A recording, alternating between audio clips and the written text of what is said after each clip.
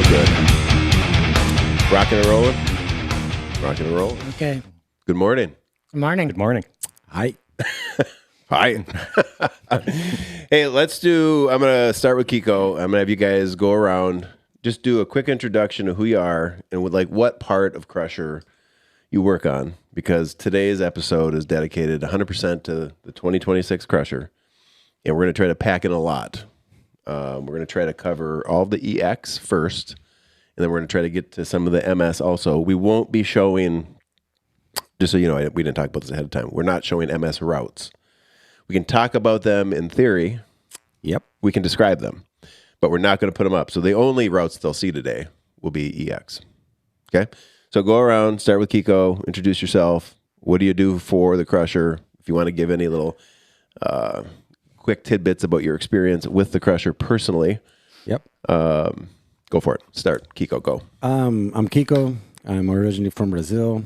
I live in the QNA, work at Michigan Tech. I have done some of the 906 events, MRG and the Crusher EX. And I also work with Copper Dog. And we deal with a lot of the trails up there. And I figured that being part of this would be a win-win to make sure that everyone has the best experience possible and send people to some pretty special places up there. So I've been taking care of all the MS routes up there. Can you define special? Fun. Okay. Can you define fun? Is that with a capital F-U? It can be. At times, that's exactly what it is. There's some lowercase f's out there too, but no, I really think that I worked really hard last year, right, to come up with these routes, and this year they're better yet. Yeah. Real quick, you did the EX225, right? Yep, I did the a couple of years ago, 3 years ago? 22, I think it was. Okay. And do you want to just tell everybody what bike because the big question for Crusher is what bike should I ride? What bike did you ride for your EX225? I rode a 24-inch BMX Cruiser. So. And it was the perfect tool for the job, right? Single brake, rim brakes on the rear only, no suspension, one gear. And no problem. Took me, 79 hours, but so what? I don't pay attention to that stuff. But he finished. Yeah. Finished what you started. And this year, point to point with... on the same bike? On the same bike. Oh, hell yeah. Mm. What's your prediction? How many days? Or are we measuring in weeks? I'm going to be honest, right? I'm hoping for 8 to 10 days. Okay. Good. You heard it here. 8 to 10 days on a BMX bike. Point to point, 500 miles. Got to get her done. Yeah. Dave? My part of all of this, I guess, would be the point to point. Been working on a course for that for 6-7 years. Mm-hmm. Mm-hmm. Long time. It's had a lot of different versions of it. Mm-hmm. Many. I will not be riding it. You also work on a lot of the GPX files. Correct. Yeah. Once we get a lot of content, it ends up ultimately coming to you. We refine it, get it cleaned up. A lot of times you'll end up putting the finishing touches on GPX files before they go out to the public. Try to find the anomalies and stuff like that. One we found on the Eagle route, clean that up. It happens. Yeah. The GPX, the art of GPX files is complicated. Very. For sure. Personal Crusher experience? Whole bunch of 40 EXs, 100 EXs, ridden with my family. A whole bunch of great times, highs and lows. A lot of good times, a lot of bad times. Yeah. All right, Paul Hytinen. Okay, Paul Hytinen, retired miner, Tour Divide finisher, Arrowhead 135 finisher, 2/5 for the Crusher, and thousands of recon miles. I started getting involved when we kind of got together in 2019. Mm-hmm. I did the pre-ride for the first point-to-point to prove that slower riders can finish. Mm-hmm. And since then, Crusher EX routes, basically from Humboldt and Fort Beer and Eagle Mine. And last year I put on 1,500 miles of recon. This year I'm probably going to be close to 1,200 miles of recon. Those miles are ridden on what? Right now, I'm upgrading to a Honda 300 LS dirt bike. Okay. You guys want to talk a little bit? I mean, I don't want to spend a ton of time on it, but I think it's worth touching on the amount of time and due diligence that's put in to the development of the routes, the reconnaissance of the routes. You know, a lot of times we can put it onto a map. We can create what we think is going to work, but we have to go out and actually put eyes on it, put wheels on it, put ourselves on it before we send anybody else out on it. And you can't do that up here until damn well May, because of the snow, especially this past year. Yep. Each of you, I guess, just touch real quick on that process and how much time that goes into it. Well, I'll start. I started. Well, there's still snow on the ground when I started traveling north, and I'll put in. First day was 225 miles. I pack a lunch and pack water, and I also time my resupply at the Huron convenience store, so I can fuel up, so I don't go empty on the way home. Mm-hmm. And I'll probably do that probably 4 days. In fact, tomorrow and Sunday, I'm going to put in 2 full days. They're putting bras up on the Afton bra tree and maybe some other things, and just verifying our routes. Talk to loggers. I talk to landowners. Mm-hmm. I talk to anybody who stops and want to talk. So, anyways, it's adventure. Yeah, it is. And you're generally alone out there when you're doing this stuff. Yeah, I'm alone. I carry my spot tracker. Now I have my Garmin InReach Messenger. Yep. So I'm not locked out of cell service. And so far this year, I've seen moose. I've seen black bear. Mm-hmm. I've seen wolf tracks. A lot of deer. Mm-hmm. And a lot of quads, a lot of 4-wheelers. So traffic is increasing north of Ishpemere, north of Humboldt. Yeah. Can I ask a question? Yeah. Sure. Where are you getting these bras? Careful how you answer this. I noticed that Afton's bra tree was very, very limited on the Garmin tree. So I asked my wife to go to Goodwill, and she bought a whole bag full. You know, it's some classics. All colors. Perfect. All colors. Okay. Yeah. Perfect. Yeah. Perfect. They'll enjoy it. Thank you. Yeah. Dave. How do I even follow that? Point to point, it's been a lot of biking, a lot of side-by-side. Todd's helped a lot, especially down on the southern end.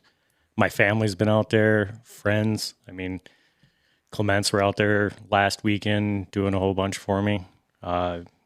We go through every year, have to make sure the trail's still there. Mm-hmm. And it's amazing how many things change. Mm-hmm. Kind of like Paul was saying. Mm-hmm. You got to get out there. You got to get on all of it. Yeah. Well, and the thing to keep in mind on the point-to-point is you're covering a linear 500-mile route. Yeah.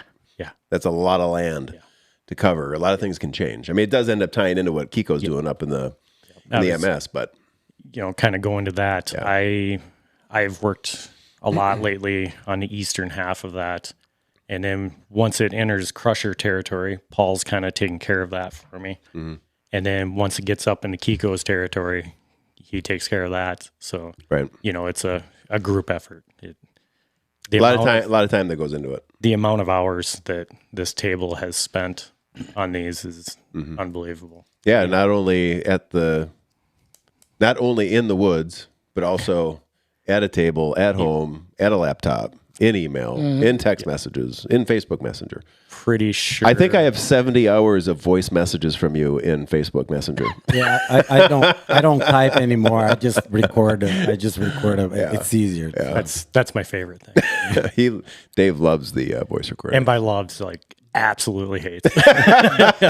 Send him more voice messages, long ones. Like read him a story. Yeah, I will get halfway through it. And I almost called you last night because hold your thought for a sec. Can you throw up Ride with GPS as KIKO's talking? Sure. Just through his experience with the Recon. He started this last year up in the MS stuff. Yeah, probably between last year and this year, probably close to 1,000 miles. Seriously.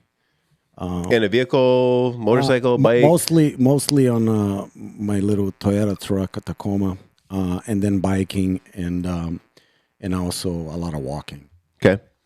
And then if you can, initially, Mark, I want to blow that up so we're just showing the whole UP. We're not zoomed in on routes, if you can.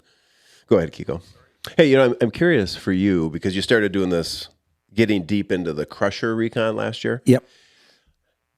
I think last year it started getting you out into areas of the Keweenaw that maybe you hadn't been before. Absolutely. What was that experience like? As you start, like, did it give you a different perception of where you live? A couple of things. First of all, it felt amazing to be places I had never been before, and places that most people have never been before. Very few people, because I took a lot of roads like, let's see where this goes, right? Yeah. And last year especially, it made me really uncomfortable because I got in a lot of situations like, I don't know if I can get out of here with a truck. How do I back this thing out of here? How do I turn it around? And I mean, some pretty insane stuff. So this year was a little bit safer with that, which was just a lot less anxiety, you know. But again, because of the changes that we are incorporating, new places. Yeah. Amazing. And just really thankful to be out there in the middle of really nowhere. You think you're like, as a crow flies, you're close to everything in the Keweenaw. It's not that big, but it's far. If you drop somebody off there, they'll be screwed. Yeah. You know? Yeah. You got to pick a direction. You keep going until you hit something. Yeah. Because anyways, yeah, it's been really wonderful this year to be able to go 2 more places, a little less stressful than last year. I'm not going to lie to you. When we were in Copper Harbor on Saturday, talking to you and Sam, we were like, where are these bikers? Because they have not crossed, you know. And I started like, oh, shit. What did I do, right? And in the end, I think it mostly worked out. Yeah. So it feels a lot better this year, and I think the course is better than last year. I think there's a lot more flow to it. Is it going to be faster? Boy, that's a tough one to say. Just to touch on that for a sec. So you made that reference to not, you know, a couple of people hadn't, in theory, they hadn't crossed the timing pad. Yeah, and we're like, where are these guys? Right. You know, because was this course too much? Yeah. I mean, I had people seriously come to me and said, dude, that was not cool. Yeah. That's not right. That's been happening for 12 years. Yeah. So you get used to that, Kiko. Yeah. But just touching on that, you know, so what happens is, particularly with Crusher, because we're not using number plates like a traditional race, we're using a tag, and these Crusher tags go in different places on the bike. And Sam and I from the timing company, we've had conversations about this because we've been doing this now since 2022 or 2021, somewhere in that area, when we started over at Otter Lake. The tags have actually been really, really reliable. He was not convinced in the beginning they were going to be. Yep. So anytime that you have typically everybody crosses the pad and the timing, the split timer picks it up, and you know exactly where everybody is, or at least you know where they were at a point in time. We had a couple last year, and this happens during Polar Roll also, like for the Ultra. They'll cross the split, but for whatever reason, you'll get a handful, couple, 2, 3, 4. They don't pick up. So then you don't know where they are. Now on I guess for point to point in the Ultra and Polar Roll, you can then default to track leaders because they have beacons. Right. The MS, they don't have beacons. So then you need to just give it time, and 99.9% of the time, in fact, 100% of the time, they crossed it, it didn't get picked up, and then you get them further down the road when they cross another one, and that one works. So anyway, we didn't lose anybody. No, we didn't lose anybody. It's just that it took a long time for these folks to cross, and we're like, oh, did we do, you know, bit more than we can chew here? Did they bite more than they can chew? You know? Well, the answer to that is yes.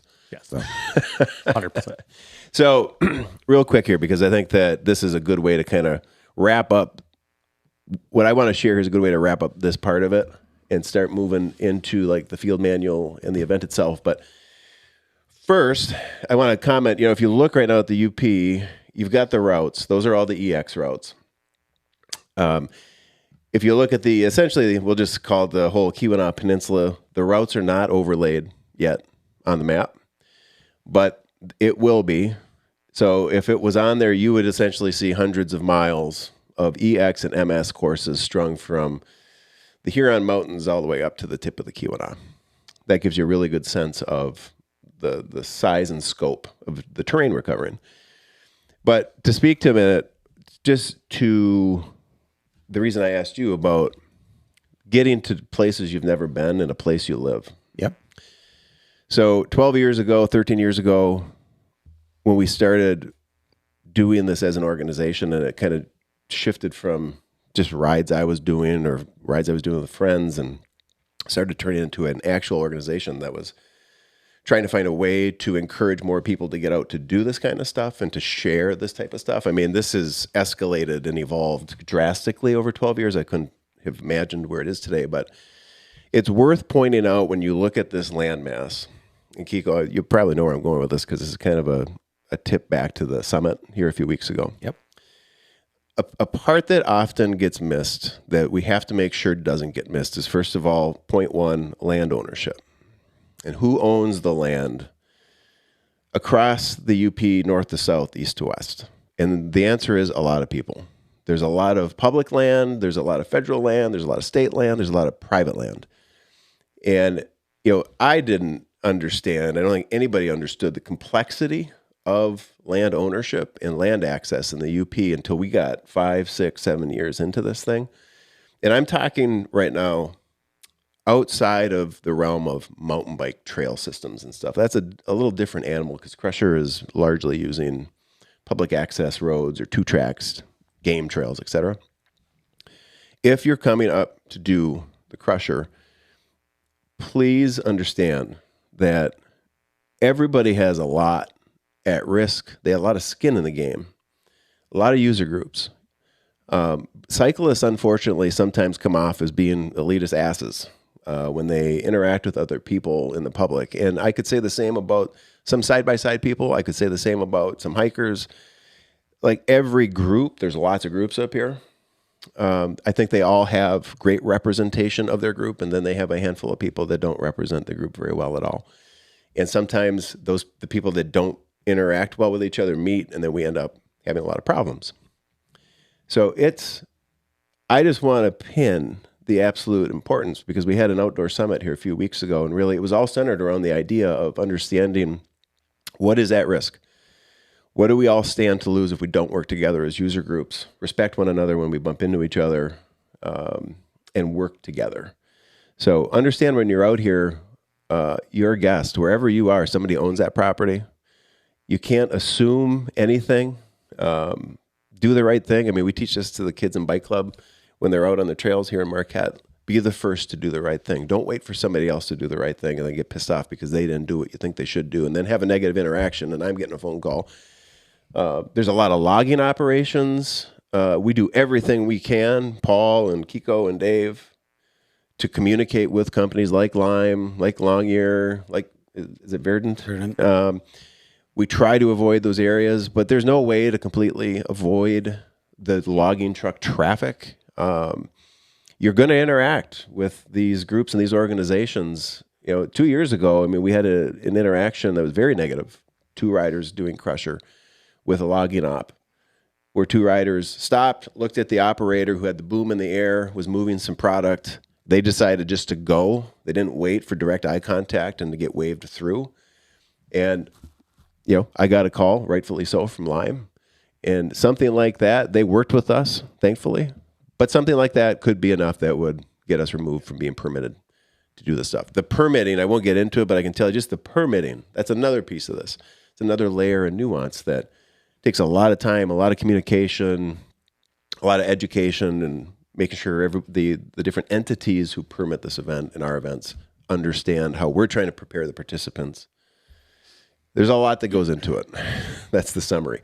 And we need to make sure that the UP stays as open as possible for everybody to continue to enjoy it. Yeah, what people need to realize is that some of the trails that we'll be using, the Keweenaw and really the whole UP, is that they're shared trails. So they're not just yours, not just you that has permission to use it, but sometimes they're borrowed trails, right? Absolutely. They're saying, yeah, you can ride your bike through there. Yep. So we'll be going through a lot of places on the MS where there will be gates. You go around the gates because we have permission to do so. There'll be places that says no wheeled vehicles. You can keep going because we got permission. And at least I've been trying to be super respectful of the people that own the property and approach them and explain to them. Yeah. So they're not surprised, they're not freaked out, and they understand it. So because it's a bike race, it's quiet, right? It happens once a year. Yep. We get people to work with us because it's a win-win, right? Yeah. You got anything to add there? Basically, we're guests out there. Yeah, 100%. And the property on both sides of that trail is not part of the easement. Right. It's just that trail. Yep. And we got to treat it like it's, Like you're a guest. Yeah. And anyone that you encounter on the trail, be it on a minivan or a side-by-side or a motorcycle, you have to be nice to each other, even though they might be wrong. You still be nice to each other. They might be doing the wrong thing and you're doing the right thing. It does not matter. You need to keep the civility going because there's no other way about it. You need, I'll add something to that. You have to manage the interaction. Both sides have an opportunity to manage the interaction. You cannot assume the other side's going to do the right thing. You need to do the right thing to manage a positive interaction. The trail is not a place to decide right and wrong. Or my favorite, and the mountain bikers are great for this, they think that they're going to educate a trail user on the trail, and all you're doing is creating a negative interaction. So it's not a place to decide right and wrong, and it's not a place for education, right? That's a place to de-escalate and find a common ground. Do you have something there? Yeah, 100% correct. And when you come up to a 160,000 pound log truck, he's right. He is right, and you are wrong. Yeah. Did you have anything that you want to add there? No, you touched on just about everything. I guess just be kind. Yeah, be kind. I'll use just a quick example. So last year we had that, I won't name the road, but there was a road in the EX territory that I'm going to say, regardless of whether you're a biker or a side-by-side rider or driver or a snowmobile guy or just a guy going to his camp or a woman who's birding and hiking, the general public believes this road that's out in that EX area to be public access, right? There's no doubt. Everybody thinks that this is just a public road, and it's been treated that way for probably decades. And last year, prior to... or just after the start of the EX events, I was notified, emailed by an attorney, that we were going across a private road, and we were asked to move the course off the road. So the email, when it first came through, was like, I'm not even sure what road this person's talking about. So we went back and forth. I was asking some questions of the attorney. They clarified what road we're talking about. I took a look at it, talked with Paul about it. Paul had actually had a conversation with somebody that has a camp on that road, right? A landowner. He lives up there year-round. Yeah. So we'd made contact. It was seemingly positive. Mm-hmm. And I'm not saying that this landowner was the one who had sent the attorney to us. It's just that we had made contact with a person on that road and had a conversation. It resulted in some back and forth with the attorney. My first reaction wasn't, to get pissed off. It was to ask questions, to be curious, to learn more about the road and who owns it, and what were their concerns with us putting bikes on it. Because I did say, this road is open year round. It's not gated. It's not even marked. It's not no trespassing, keep out. There's nothing indicating you're trespassing. So we went back and forth, and what it ended up coming down to is the landowner was concerned with liability. Yep. So that makes sense. So I explained what we were doing. And as it turned out, the attorney was aware of what we do, who we are, our events, our youth program. That helped. So I just asked if the attorney would go back to the landowner and if the landowner would allow us to continue to use the road if we added them to our insurance. And we only ran people through that area from July 1st through September 30th. And then they came back and they said, you know what, that sounds good. We like what you're doing. We like the fact that you're trying to get people outside into nature. That's good. Do it. Go ahead. After September 30th, just make sure the event's done. So we did it, and it worked out. We had conversation, we de-escalated it, worked through it, all good. This year, I made sure to go back to that attorney and said, after I looked at your routes, and I saw that the road was on the routes again, and I said, hey, I'm revisiting this, not assuming that because they gave us the approval last year that it was still okay this year. Yep. and I said we would like to use that road again. We automatically, without even hesitating, renewed the certificate of insurance for this particular group. They're good to go, and if they're okay with us being there, we will use the road again. It was like no problem. She came right back and said, "Yeah, you're good to go. Landowner doesn't mind. Have a good event." And when I was reconning here a few weeks ago, I talked to the initial landowner Okay. I made contact with. Okay. I seen him. He was doing some road work, and he said, "Oh, you're back doing the races again." I said, "Yeah, it'll be starting on July 1st." And it was a very positive interaction with him. He's the guy who lives up there year round. Gotcha. That's good. One thing that is really important when we're dealing with Copper Dog and the permitting process, their longest race, Copper Dog, has 135 miles long, and our race director, Kelly Probst, takes care of the permitting for that, which takes months. Mm-hmm. And some of the permits are for years, but we, especially with private landowners, contact them every year. Maybe they don't even respond back, but out of respect, we contact them every year because that builds that relationship with them.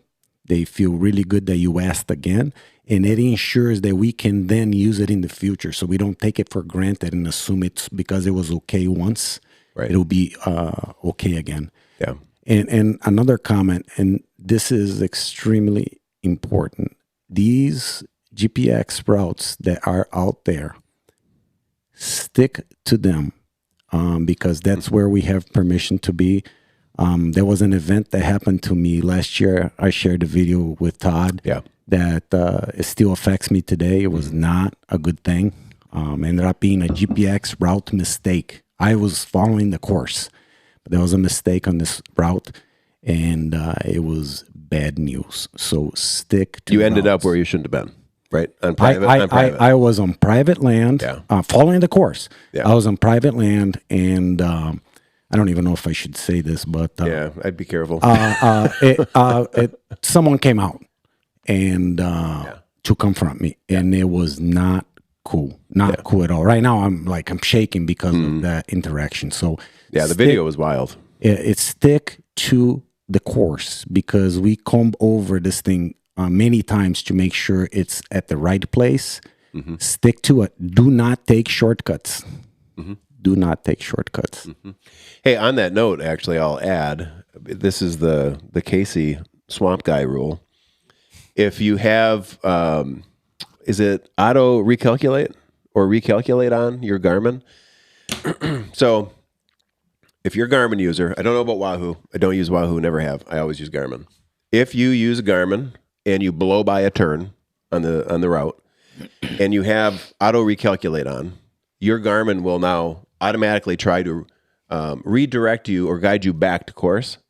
Turn that feature off because that feature will put you in a world of pain that you may not get out of. And there was a guy in, was that 2020, COVID? He ended up getting separated from his group. He missed a turn. The Garmin recalculated the route on a road that does not exist, or maybe it did 50 years ago, but it didn't then. And he spent the night in a swamp. Yeah. Well, on that note there, what people should do is have your breadcrumbs on your GPS turned on. Yep. And have the color contrasting to any other routes or any other background. So in the event that you go off course, follow your breadcrumbs back till you intersect the course again. Yeah. Let me add, so Casey, when he went off the course, he got into, I think the swamp at one point was like chest deep. Does that sound familiar? Okay, so Casey's in a chest deep swamp, and he's like, "That Todd, that son of a bitch! I can't believe he did this." Let me tell you something. If you're up nipple deep in swamp water, I probably didn't send you there. You better withdraw and take a hard look at your GPS because you were probably off course. I mean, the only place really that you'd be in water that deep is what? The Huron, mouth of the Huron, depending on the weather and what that looks like at that time.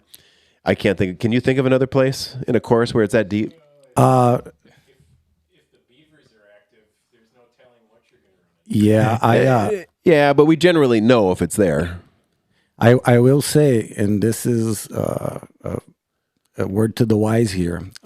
There was a section of the 175 and the point-to-point last year, Slaughterhouse Creek, outside Calumet. When I went there to take a peek at it, drove my truck to it, must have been maybe a foot foot and a half of water. When riders went through there, it was hitting their crotch. Oh, wow. And they're going through there at night. So we had all that rain before the event last year, and it is unbelievable what beavers in some rain will do in a week's time. Yeah. So For sure. Have auto recalculate turned off. Be paying attention. The breadcrumb feature. Breadcrumbs. Yep, 100%. I just took a ride a couple weeks ago. It was my shakedown ride. It was a 67-mile route. I did 47 of it. Part of the issue is because I missed some of the route because of this recalculate. My app just changed. Like the app started acting funny. I didn't have any of that in there. And You were using a phone? I was using a phone. Yeah. What was the app? OSM End. Okay. And which has been a great app, but I had the directions on this time, right, following this purple line, Gotcha. and things went south real bad. I ended up missing all kinds of things, and like, what is going on? So the way I'm doing the point-to-point is I'll have the route on my phone, but I'll be following it myself, not have anything turned on to have less issues. So be real careful with that. Everything was going great until it wasn't. That sounds familiar. Yeah, I was on the route, and then it started like, hey, let's get you to the finish real fast, and rerouted the whole thing without me touching anything. Yeah. All right. So I put up here this map. And we're going to drop this image also into the Crusher Facebook group. So you'll get to see it. If you want to look at it again, look at it closer. Paul, could you talk through those 3 red areas, just roughly where they are and what routes they impact? Okay, we'll start off at the top, the Quartzsite Falls. That's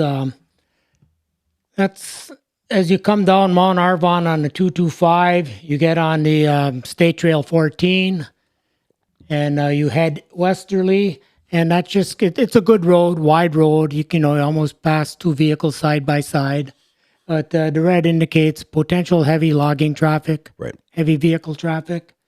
And then kind of like in mid-central, a little bit to the left of the screen there, that's the Silver River Road, and goes up to Mount Kerwood, which we call the Silver Slide, or that's going to be potentially heavy logging traffic, like 6 a.m. to 6 p.m. during the week. They don't log out there on the weekends. Okay. And then that bottom red section there, that's south of Mount Kerwood there, south of Dirkman Lake. And they're going to be doing some log extraction there. They got a lot of logs left over from the previous logging season that they're going to be hauling out. Okay. So, That, coming off Kerwood, sorry. They're going up that this year? yes, they're going up it from north to south. I think the segment, if you looked at Strava, is called Silver Surfer. Silver Surfer, okay. Yeah, it's like 5 or 6 miles. Typically, we've gone down it. Typically down it, yeah. Now we're going up it. Yeah, last year there was a request to make the EX225 a little harder. So Who made that request? I don't recall. Good answer. Yeah. So anyways, I hopefully that person is going to do it again. And, that person wanted more challenge. So, hey, we'll give it to him. Okay. Was there anything else? Oh, you had pointed out that generally the logging activity is not happening on the weekends. No, I haven't seen loggers out there on the weekend. One thing you might want to add on the trucking, a lot of times these truckers are out there even earlier than 6 a.m. Middle of the night, you might see them there. I know got friends that do it. They start at 3 a.m. Yeah, let me add to that. So this would be, I'm going to say this is EX and MS. When you are out there, these events are self-supported. We're going to get into the field manual here in a sec. Self-supported, road rules apply. Road rules mean when you're out there, don't ride in the middle or left of the damn road. Stay on the side of the road you should be on, that if oncoming traffic comes around a corner that they would expect to see you. And also, I'll put a note on this into the group as well, but Lime has asked that we communicate to participants. They do not want people out there with earbuds, headphones, anything on their ears. They want you to be able to hear what's going on around you, which I would hope is what we're doing, because that's why we're out there. But that request has been made. I said that we would communicate that, and we will continue to communicate that. And also, one other thing, sorry. Here's the thing. You still probably aren't going to hear that damn truck until it's almost right on top of you, which is kind of crazy. Sorry, go ahead. Just in reference to bikers there, if you hear what is we perceived a vehicle coming at you and like you're potentially a tight corner between you and that vehicle, just pull over. Yeah. Because you don't know if it's a weekend warrior on a quad just burning up the track and they think they're the only ones. They think they're on the Indy 500 or something. Yep. So just do the wise thing, get off the road. Agreed. Okay, let's shift to the map. Well, actually, no, sorry. Step back real quick. Do you have the field manual? Can you pull that up just for a sec? So the field manual is the Crusher. We'll call it the Crusher Bible. Go ahead, get to that is this year's cover. Is there a table of contents in there? I don't know that he put it in there. Okay, stop for a sec. Go back to preface. Okay, preface. You can read that. Commercial Forest Act, I want to note, because we have been asked to make sure that this is put into the field manual, that the entities that have property in the Commercial Forest Act cannot charge for use of that property. So there's no exchange. We're not paying for this. I just want to make sure that's all clear and it's right there in the Commercial Forest Act, how it's supposed to operate. And it's reminding you that wherever you go, you are a guest and you can never take access for granted. So these first couple of pages, you want to heed these statements, these warnings. That preface is basically saying at whatever point that you signed up to do this, the event, the Crusher, whether it's an MS or an EX, whether it's a 40, 225 or 175 or 500, you voluntarily went onto the internet, put in all your information, put in your credit card information, and you hit buy. You signed yourself up. If you signed yourself up voluntarily and you're not being forced to do this, it is on you to know what you just signed yourself up for. So read the field manual, because you're probably not going to find a field manual that's more direct about what it is you're going to be in for. Go to the next page. Past the Forest Act. I'll note here, Crusher, for those who can't, these folks, if you're new to our events, all of these folks are people we have lost over the last 6-7 years from within our ever-expanding community. And it is a reminder, do hard things while you can, because you don't know what tomorrow holds for you. So, we always have reasons why we can't do this or we can't do that. The training wasn't perfect, this and that. And hey, whether you're trained or not, if you're signed up, you should show up, try to get her done.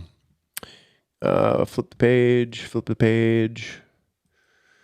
Okay, self-supported ethos. Want to make sure that this is clear. I'm just going to read these off quick, because this is, you're agreeing to these rules of engagement when you sign up to do this and you show up to do it. You're on your own. No one's out there to save you. The course is unmarked. GPS is required. Satellite communication is recommended. Road rules apply at all times. You're a guest. Be respectful and responsible. You are responsible for your choices and the outcomes. There are no volunteers out there. In an emergency, dial 911. I'd put an asterisk by that and say there's a high probability that you will not have cell service. So again, going back to the GPS and wanting to have like an inReach or some sort of fallback communication in addition to your phone, we highly recommend that. Also, got the SOS button on your spot. There, some spots or inReaches have the SOS. Use that at your discretion and be ready to have your credit card out, because it's going to be expensive. Yeah. I think kind of having an exit plan is not a bad idea, because what happens is if you're in a situation where you need to get out and you panic, you just make that situation a lot worse. Yeah. Just have a plan that if you're in the middle of nowhere and it breaks down, okay, I got a compass or I got this, I got that, I'm going to follow this river, right? The river eventually goes someplace, or I'm going to follow this road. It'll take me to someone's house. So kind of have a little plan, because you don't want to make your life even harder if stuff goes south. Yeah, I'll add to that. If you're out there for the EX or the MS and you have a support crew, this has happened with the EX where people go out because the EX format is solo. You're in theory either alone or you're with a very small group of people. This is not a mass start event. It is a true adventure event that happens across 3 months. You go when you want to go. You could go and we wouldn't even know you're out there if you don't stop to get a beacon. If you have a support crew or anybody who's planning to meet you and provide support, neutral support, it is allowed. You have to understand that they also are doing their version of the crusher. They also could end up lost. This has happened. I can think of 2 runners last year who got out there.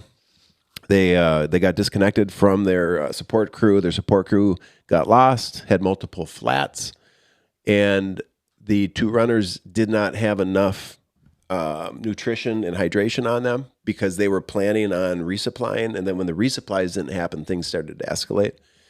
Fortunately, they were able to text me, so I knew what was happening. As it escalated, I was preparing for potentially taking a drive, which I didn't end up having to do. They did end up reconnecting, but I want to put that out there because there's countless stories over the past 5 to 7 years where somebody went out depending on specific resupply points that did not occur because the support crew actually went off course and got lost, or something happened, or they were on a road that on the map appeared good and it wasn't good. It didn't go where it said it was going to go. So it kind of in reference to that support crews, if you're going by GPS, say if you didn't pre-ride a kiss points where you're going to meet your crew, if the road starts getting a little dicey, turn around. sure. Have a shovel, but basically do the smart thing, turn around. And because a lot of times with these modern mappings, it's a computer reads a map that might be 20, 30, 40, 50 years old, or it reads what they think is a road and they put it on a map. Yeah. Know your limitations Yeah. and know the limitations of your vehicle. Yep. And one thing also on the on Celotex Road between Herman and Pashiki Grade, there's like 5 miles that is gated on the Nature Conservancy. Mm-hmm. Even though there's a road that goes through, Yep. it's gated. Yep. So it's not going to work. Yep. Yeah. Okay, you can go past self-supported ethos.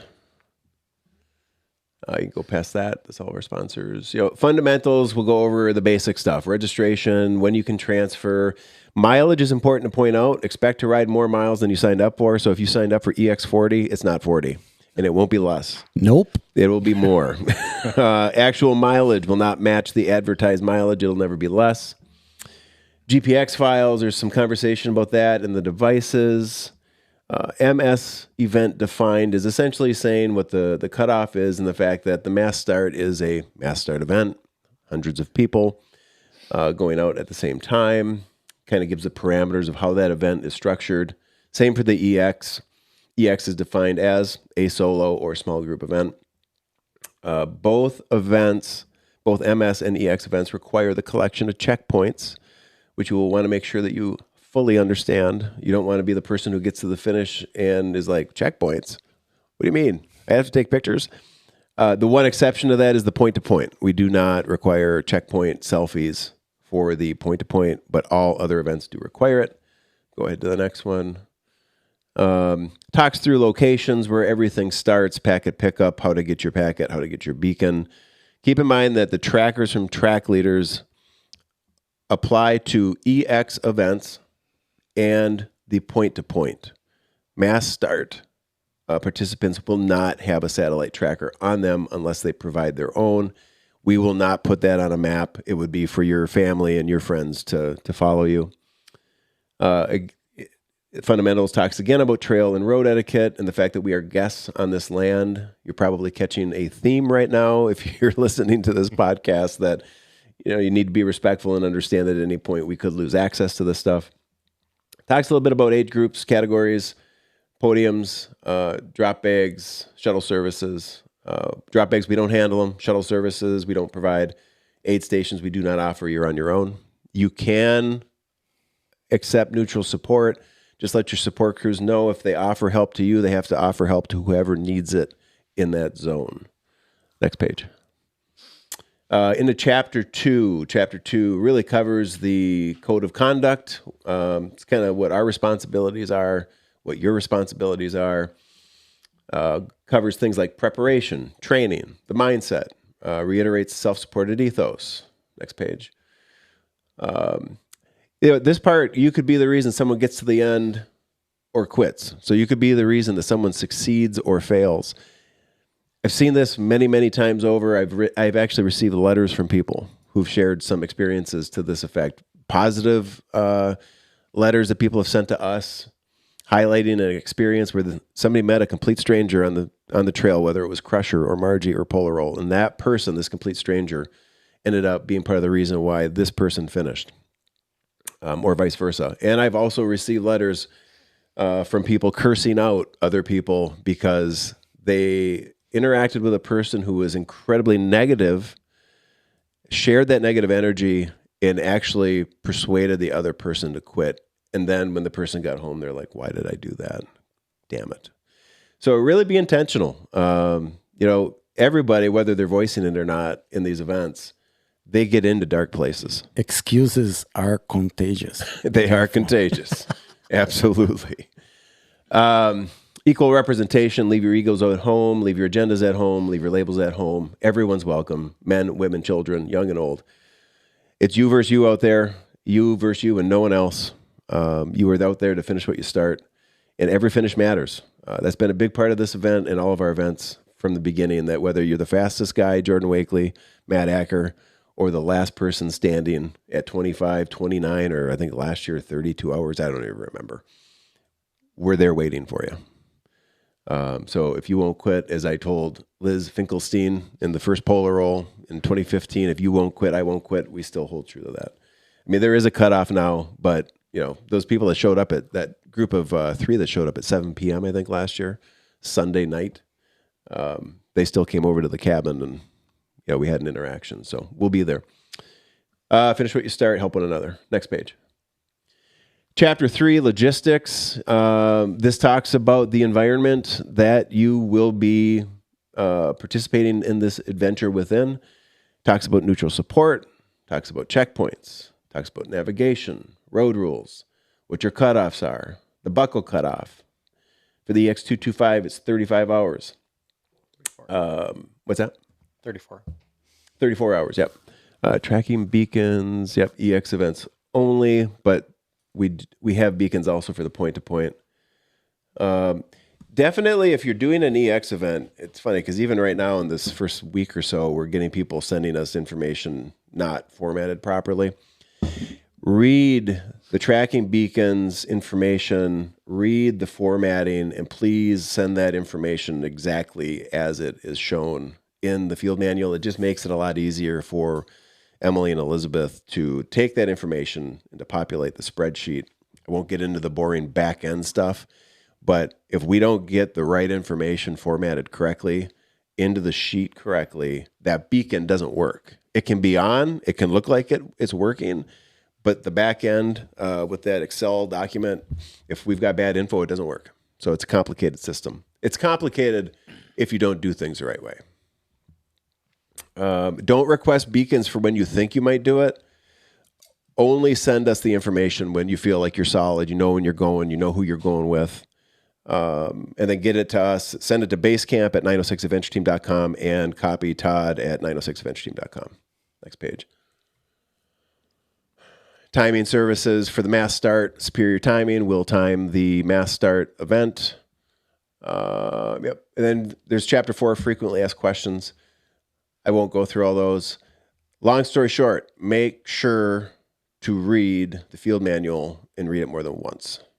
Do you guys have anything you want to add about the field manual before we start moving into the maps and the events? You think you read it once and you got it. That is not the case. I revisit this thing even from years past and get a little bit more of it, or get reminded of something you kind of forgot. It's like, oh, okay. Mm-hmm. So it's super important. Recommended gear. So what I'll say about recommended gear is the recommended gear from us is what we believe you should have at a bare minimum. We don't require it because if we said it was required, then we'd be on the hook to sit and actually gear check 700 people. We gear checked one year in 2019. I'll never do that again because people who sign up for events are terrible about actually showing up to the event that requires specific equipment. It was a shit show. So the way that we look at it is, again, going back to the beginning when we started on this, you at some point voluntarily sat at home, maybe in your underwear, and you got on a bikereg.com and you signed up to do the crusher. You paid for it. Nobody forced you to do this. We are putting this list out for you. You are theoretically an adult and should be able to read this and come prepared. And this, again, is a bare minimum. Depending on what event you're doing, you may want to have more. Depending on the weather, you may want to have different or additional. This is a bare minimum. You should have everything on this list. Now, of course, if you're a runner, the bike-specific stuff you don't need. But yeah, pay attention to the recommended gear. Go out there prepared. What are we? We're under a month right now, right? From the event. If you haven't purchased all the stuff you need, if you haven't been riding with all the stuff you need, if you haven't been doing your training rides with all the stuff you need, you better close your laptop right now and go start doing that. Because you're running out of time. Next page. Oh, did you have something on that? Weather. I mean, Weather. we should probably touch on that. Well, what do you want to say on it? I know what I'll say, but what do you want to say? Yeah, you don't know what it's going to do. Weather forecast may be one thing. You're going to see colder, hotter, or both. I would agree. What I would say, I'm glad that you mentioned that. So what I see historically is that people, whether this is EX or MS, there's a couple mistakes they make. The first mistake they make is they try to watch the weather and kit their bike and their equipment to the weather that's being shown as possible. When in fact you should be equipping yourself for the worst possible scenario you could interact with weather-wise at any point. You have to be prepared for worst case scenario, because if you're not, and then you find yourself in it, you could be in deep shit. And like, not in a funny, fun, sarcastic way. You could die. I mean, didn't you get frostbite in September out there in your foot one year? Yes, September 2nd. Right, yeah. September 2nd. September 2nd. Frostbite. I did the weather check. Okay, it's going to be 45 degrees. I did Skaney, I did Lance, I did Champion, I did Michigami, I did Ishpeming, yep. I did Big Bay. Lowest was going to be 45 degrees. I get up there by Four Beers. Uh-huh. And there was heavy frost on the bridges at 4:30 in the morning. Yep. And I had wet feet. Mm-hmm. And I figured I'm just going to push through.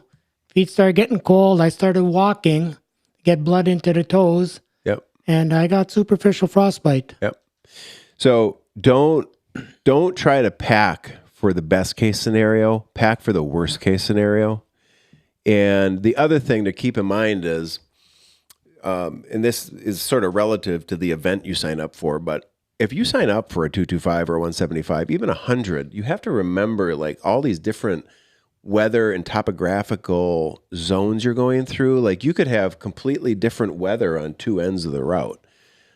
And when you're looking at the weather, a lot of times people will look at like, okay, I'm going to go do the EX40. They'll look at Humboldt or they'll look at, Ishpeming as a mistake. It's not even the right area for the entirety of the route. So you really have to do some due diligence just on checking the weather. But I'd still say, regardless of what the weather says, pack for anywhere from 100 degrees down to like 15. We were out there, it was damn near 20 degrees one year in August. Yeah. When I did the EX225, I planned it around the weather. I kept watching it because I was trying to avoid rain, right? And it's not necessarily a bad plan, but you just can't count on it because after I left, frost warning happened, yep. And I got rain on the last day. And what people don't realize is that they sometimes think hypothermia happens at a certain temperature. But it's not that you're out there under the sun the whole day, your body's warm, you're tired, and then the temperature doesn't have to drop a whole lot for your body to basically go in shock. Yep. It doesn't have to be that cold at all. And that's some bad news right there. It is. So, yeah, you're in trouble out there. Did you have something you wanted to add? I was just going to say pack dry socks. Pack dry socks. That would have been a savior for me. Yeah, that's a morale booster. Yeah. to Or get dry socks. Or I should have stopped, lit a fire, dried out my shoes. Yeah. But that would have cost me 45 minutes, and I was in race mode. There's the thing with weather. I think the last time we did it, it started this way. It was like 50s, mid 50s, and it was one of those UP / Marquette Ishpeming days where it was mid 50s. There was a fog and heavy haze in the air, and I don't think it was supposed to rain that day at all. Drizzle? It was drizzling. Yeah. You may get out there and think that the weather's supposed to be cloudy in mid 50s, but when you drive, and it may be in Marquette or Ishpeming, but when you drive out to Humboldt or Champion, it may be this mist that's so heavy in the air that it feels like rain. And it won't show anything necessarily on the radar all the time. Do you remember the last 100 attempt we had where it was, we kind of planned around the weather. We started a little bit later because the rain was supposed to stop. Yep. It did. It rained for 14 hours, I think. Yep. Poor Ella was in a mud puddle that was, I swear, over her head. Yep. Yep. Yeah, they exist out there. Yeah. When I did the EX 100 with my friend Paul, this was COVID, first year of EX 2020 with my friend Paul and my friend Terry. We had to start 3 fires, and let me tell you, it wasn't to cook hot dogs. 3 different fires. Abbott's has had to start a fire, right? Or did you start a fire for the group one year? Yeah, that's actually a great point. Know how to start a fire to warm yourself up In wet weather. You could take a little starter kit of, some kindling, have an aim and flame and butane or waterproof matches, but have your initial fire starter in a dry bag. Yep. So that'll ignite immediately, and then you can throw on other wood product on there. Yep. Next page. I think it's nutrition, maybe. Yeah, got some gear. Carb Country from Don. So there's some nutrition guidelines there. Go ahead to the next page. That's continued. Next page. Keep going. All right. So here we are. All of the routes are currently on Ride with GPS. They should be set to public. You should be able to go to the page right now and see these EX routes. They're live.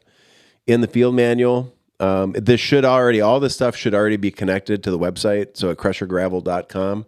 If you haven't gone there, you should be able to right now go and download this year's field manual. We got that hooked up last night. You should be able to click the button 2026 routes or GPX files. I'm not sure what the button says. You click that, it'll take you straight to Ride with GPS. Or you could scan the QR. That'll take you to a specific route. On the cover pages, it shows you the distance, it shows you the time frame, it shows you the buckle cutoff, if there is one. It shows you what your total time cutoff is. It shows you a little asterisk reminder. Your mileage may vary. So if you sign up for 225 and you're at mile 240, or actually, if you're at mile 225, when you get to mile 225, don't celebrate like it's over, because it's not. There's a list of checkpoints. So I'm just looking at the 225, Dead River Crossing, Water Spigot on 510, Afton's Broad Tree, etc. Those are the required checkpoint selfie locations. And as you get a little further into the manual, each location has a photo of what it looks like and the GPS latitude and longitude. So all the coordinates are there, so you can plug it into your GPS or mapping solution of choice. Since we're here at the 225 and the 100, Paul, you want to talk a little bit? We'll talk through. Let's see what time we got. Okay, we're in pretty good shape. 10:40. Okay. So let's start with the 225. Let's talk through the route. I want to start off with something else here. Okay, the routes, they are for me. I hand trace them. Data point. Yep. And there's a thing called GPS drift. that you could have a variance up to 40, maybe 50 feet, depending upon my GPS recording and your GPS receiving and putting it off. So there is no bushwhacking this year. Okay. So if they see the course that's, okay, 40, 50 feet on their right, 40, 50 feet on their left, just stay on the road. So a lot of times when that happens, it'll run parallel, right? It'll run parallel, but just that we get sometimes questions about, what WTF is this, Right. Well, it's GPS drift. In regard to saying there's no bushwhacking, that's a sort of general interpretation on because I think what we consider bushwhacking might be different from what the general public considers bushwhacking. Okay, last year we had a little bushwhacking at the rock cut. Yep. They went through a hand-groomed single track for about a quarter mile. Right. You had gone in and actually flagged it. I went in there, cleared it, raked it, flagged it. Right. So there's none of that. There's none of that. You are on a road or a two-track. A road. Yeah. A road. Maybe there'll be some windfall. Yeah. But, you'll be on what you can interpret during the daylight, a good road. Okay. Yeah. All right. Okay. Let's talk through the 225. Okay, 225, you start off in Humboldt, and you do our usual routine. You go by the Eagle Mine pit there, and or Humboldt processing pit. Then you get up on Wolf Lake Road, you go north, you do a little zigzaggedy, and you cross the Dead River Crossing. Then you get on the Red Road, you head easterly, get on 510, up to the AAA to the northwest to Afton's Broad Tree, and then you basically go northerly to the mouth of the Huron River. Did you tell me that the front end of this, like to Lance, is similar to last year? Very similar, with the exception there by just south of Silver Lake. Okay. I had to throw in some miles there, so. Okay. Got it. So then What mileage marker do you know approximately is the mouth of the Huron? I'll find out here in a second. Just for reference. Just for It's like reference. 70-ish, I'm guessing.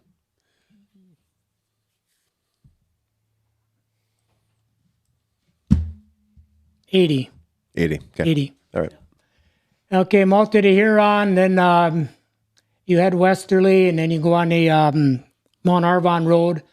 But now this year I put Mount Arvon on the front end in the beginning. Okay. So Mount Arvon's going to be at about mile 104. All righty. So you get a little bit of climbing out of the way. Yep. And then you kind of do our regular cookie cutter back westerly to Lance. And then from Lance, you take our usual road out, and then you get to Herman Road. You take the Herman Road up about 4 or 5 miles, and then you turn left on the Indian Road. Mm-hmm.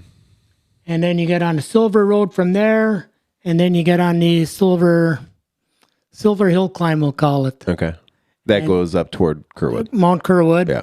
And then you do that out and back at Mount Kerwood. Yeah. Then you head southerly by Dirkman Lake, which are some nice water features in there. And then you get on the Celotex Road, you head easterly. This is where the 2 gates are I mentioned, so there's no through vehicular traffic. Hang on one sec. You're through Lance, right? Yes. Yeah. What mile marker was Lance at? Lance was at 124. Okay.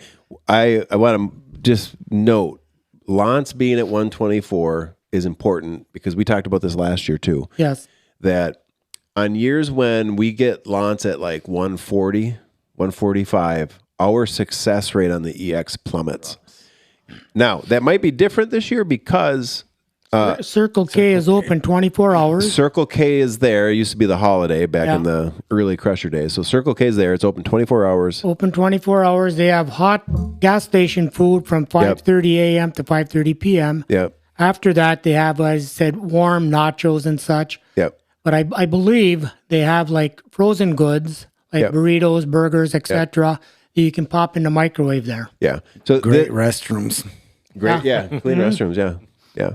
This is important because in the recent years after that accident, fire, whatever happened at Holiday where it was shut down and there really wasn't anything that was 24 hours in Lance, we have seen it significantly impact finisher rates on the 225 for sure. Now, I think that the finisher rates on the 225 are going up because we've become cognizant of kind of that timing mileage-wise. So we address that. And there's a sweet buckle in the mix.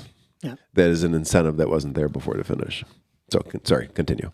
Okay, so we're at Mount Kerwood. You head southerly, Dirkman Lake, Celotex Road, Celotex East to the Pashiki grade. Are you following it right now? Okay, You're back. A little bit down. Down. Go down. Far. Yeah. Okay, up.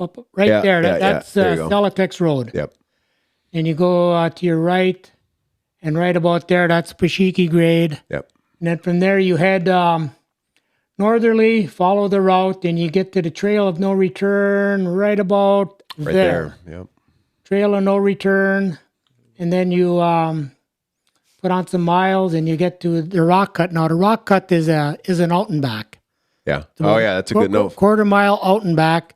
So follow your breadcrumbs so you don't backtrack the way you came. Right. And then you get on the Red Stump Road, and you head easterly, and ultimately you go by the airplane crash site, Yeah. which is about right there. Yeah. Airplane crash site. And you get back on Trail 14, and you head easterly towards the AAA. Yeah. And you take the AAA, you go right by the Eagle Mine Gate, and ultimately you get to the Yellow Dog River crossing. Yep. Yeah, right there. And then you get on State Trail 5. Yeah. You head that southerly. Then you get to it right about there is kind of like a little nasty, almost single track. Mm-hmm. And you do a few zigs and zags. You come down the additional lake road. Yep, right there, Wolf Lake, and then you come down the rugged finish, we'll call it, Yeah. and you end up back at Humboldt. So last year I had heard from people who did the route that they thought when they got to the Yellow Dog or beyond it, they thought it was kind of like the home stretch. Mm-hmm. And they were like, no, that was not the home stretch. No, that was like, it beat the hell out of me. That State Trail 5 is brutal. Yeah. Well, once you leave the Yellow Dog River Valley and you start heading south, you got that 1 mile of uphill. Yeah. Not real steep, but it's just a long It grinder. never ends. That never ends. Back and forth. Yeah. Snowmobile trail. Mm-hmm. Yeah. How would you compare this version of EX225 to last year? More brutal. In fact, this is going to be probably the toughest one we've had yet. The toughest one. The toughest one, at least with vertical. We're looking at numbers almost 17,000 feet of climbing. And you feel confident in that 17,000? I'm confident, yeah. Okay. I'm a believer in Garmin Base Camp. It's been reasonably accurate. Okay. I'm curious because so from Lance, that the routes change. I'm thinking back to 4 years ago. I think it was from like the Kerwood area all the way through because you had Kerwood, you had Arvon, you had Trail of No Return, you had Rock Cut. Like we were touting it as the toughest 50-mile section of Crusher. Remember when we were saying that? Yeah, and definitely that's a true statement. So do we have a section like that in here? Or is it because Arvon's on the front, not on the back, right? Yeah. I'll say, okay, It's 240 miles. per condensed mileage, no. Okay, Years past okay. have been worse. Yeah. But this year here with it's Celotex Road, you're going to have some water features guaranteed. Yeah. Yeah. Water features. Mm-hmm. Bike wash stations. Yeah, there you go. Okay. Anything else to add on the 225? No, just prepare for a long grind. The only thing I will say is we're doing that on the approach up to Mount Kerwood. It's going to be like 5 miles uphill. Yeah. It's going to be the longest grinder, Yeah. or it's going to be the steepest grinder that we've ever had. Okay. So that Black Creek Road? Yeah. Black Creek Road, that's a long grinder. That's 9 miles of grinding up, But not as steep. not as steep, and the Black Creek Road is in better shape. Yeah. And that road sucks. Yeah. Yeah. That's going to be a tough climb. It is, yeah. Yeah, that's going to be a tough climb for sure. Yeah, so the person who requested something tougher, sign up. You'll love it. What about the 100? What do you have to say about the 100 EX? 100, okay, we are doing, okay, I should have did direction. Okay, both of these routes are going counterclockwise. Okay. 100, same startup. You get up to like Brocky Lake, and you do a little zigzagging, and right about where the cursor is, State Trail 5. Easterly, you got the Yellow Dog crossing. You get on AAA. You cross AAA just east of the Eagle Mine Gate. Yeah. And you get up to a couple miles, then you get on the Northwest Trail, and then it's kind of like a blast from the past. You get the Afton's Bra Corner, Yep. Mouth of the Huron. That's kind of like the classic route. Yeah, that's kind of like classic. And let me just say here, Mouth of the Huron is at mile 58 this year. Okay. And then you get over on Black Creek Road, and you go southerly on the Black Creek right there. Ultimately, you hit the airplane crash site. You do Mount Arvon. Just for mileage this year, and I wanted to include the Nature Conservancy and Mount Cruitt in this, we are going down the Trail of No Return. Oh, So people have a chance to test their brakes. that'll be interesting. Yeah. If it's raining, that's gotta be nuts. Oh, to that'll go be down fun. there. Yeah. You're gonna wish you're going up. Yeah, You may wish Yeah, that you were going up. We're going to have a blooper cam there with playing music. Holy shit. Poop. When this table says, wow. Yeah, And now on this event here, you also head southerly from the Trail of No Return. You do the long grind up to Mount Curwood. Remember, that's an out and back. Yep. And then Celotex Road, you go easterly to the Pashiki grade. And unfortunately, we had nothing else to put in but a return. So you got 12 miles of Pashiki grade, 14 miles of Pashiki grade. Okay. Well, that's yeah. a reprieve. A reprieve, yeah. And then back to the starting point there at Humboldt. Did you have something? Speaking of those out and backs, Yeah. maybe just want to touch on that with GPSs. Sometimes they will want you to cut the out and back off.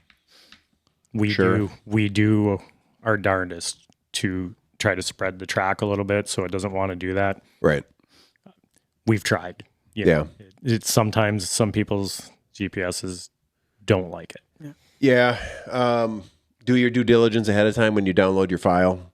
Get it into your mapping software of choice or your app of choice, and make sure you take a look at it and understand what that out and back looks like. And follow your breadcrumbs. Follow the breadcrumbs. That'll prevent you that. When I did the EX225, I taped together a paper map, and that proved to be indispensable for you to be able to get a big picture, because these screens are so small, it's impossible for you to get a big picture of where you are and where you need to go, and it's super helpful.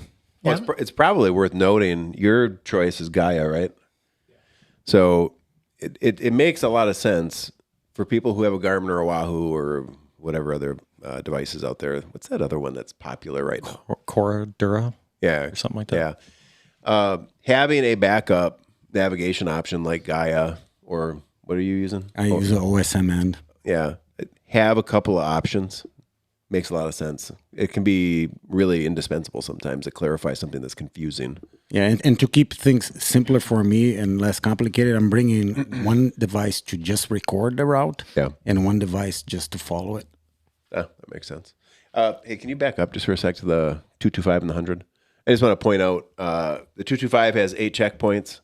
100 has 6. Go ahead and turn the page. 40,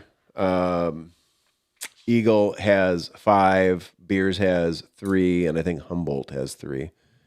Yeah. Okay. So bones. The 50, since we're here, let's just count on it. So the 50-mile not fun run, if you're signed up for that, you can choose one of the 3 EX40 routes as your not fun route. We highly recommend the EX40 Beers route. It's the best, probably the best bang for the buck of terrible stuff out of all the routes. Out of all the routes I've ever done, the 40 Beers, I think is like the highlight of the best of the worst stuff. The best of the worst. Under 100 miles. Yeah. Very picturesque, rugged. Yes. Definitely grows character in you. You will go home satisfied, feeling like you accomplished something. Yeah, that 46 miles is going to feel like 200. Yeah, it will. Okay, go ahead and hop back to the other 240s.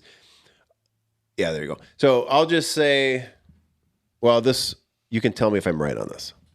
When we decided to go to 3 40-mile options last year, we looked at it in level of difficulty. So we gave options where, like, if you've done the 40 for years and you wanted a little harder 40, because before we only had 140, so it was kind of like you got to try to satisfy everybody with one route, and that's tough. So it added some options by, I would say the 40 beers is still the hardest. Yeah. Yeah. Eagle, Eagle would be second place. and then Humboldt. Yeah. And I would say we've looked at Humboldt. It was also last year kind of like, you've never done Crusher, you don't know what you're in for, maybe start at Humboldt. Yeah. EX40 Humboldt. It's a fun way to get oriented to these events. Okay. Now you hesitated a little bit when I brought up beers being the hardest, 40.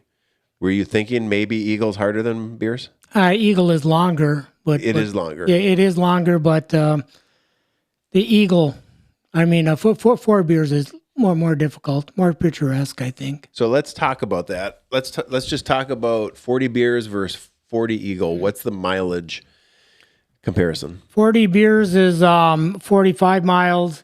Eagle is 74 miles. I mean, it's just a number. Hey, we said it would never be less. Yeah. Yeah. Okay, so 45 versus 74. So really, I mean, what Eagle has going for it is it's just longer. It's a long grind. And it doesn't have all of the terrible features, No, right? it does not have the nice water features. No. Okay. Okay. You want to talk through? I mean, the EX40 is probably the most interesting one to sort of dissect. Which one? EX40 beers. Sorry. Oh, okay. 40 beers. Okay, that starts at 4 beer corner right there, and that one goes in a clockwise motion. Oh, okay. So right away you hit the Nature Conservancy, and then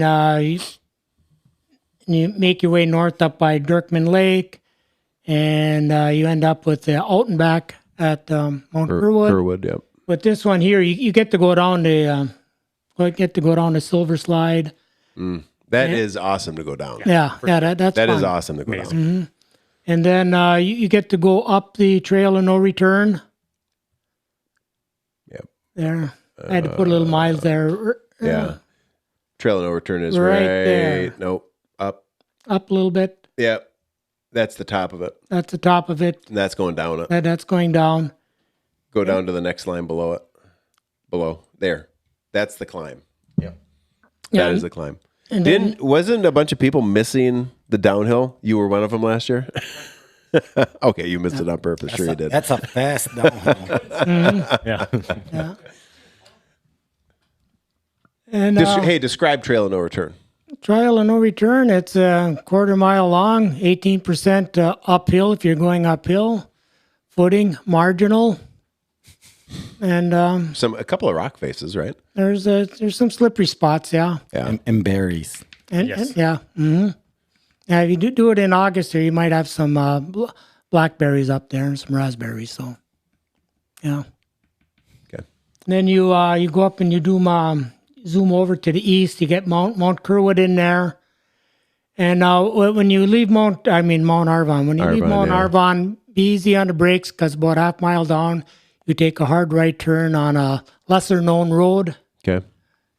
and you go to a little swampy area, but then you get out on some good road there. Rock cut on here? Yeah. You getting to Yeah, it? yep, rock Okay. cut. Oh, I see A little it bit there. to the I west, see- there yeah, you I got see that it. little jog on the rock cut, Yeah, right about there. So an out and back Yeah, into the rock cut. into the rock cut. Yeah. Then Otherwise, it goes up the climb past the rock cut. yeah, Okay. yeah, it does go up the climb past the rock cut. Gotcha. And then you get back out on Huron Bay Grade Road, and you head southerly, and you end up back at the Four Beers. This route people loved last year. Mm-hmm. It was probably the route we heard talked about the most. Yeah. And even for people who've done Crusher many, many times, every distance, like they came back to do that route and thought it was one of the best days they've had on a bike. I think this year is going to be better. Yeah. Yeah. Good. It, That's good. just because something different, you go to the Nature Conservancy. Right. So Yeah. Go ahead and flip, Mark, to Humboldt. gotta do Eagle. Oh, yeah. Sorry. Go back to Eagle. Yeah, sorry about that. The Eagle, you start at Eagle Mine entrance there. And you take that little stub trail, I'll call it, couple miles there. And this one goes counterclockwise, other way. Yep. There we go. You get on the Northwest Trail. You hit that. You get the Afton's No Bra Tree. You go to the mouth of the Huron.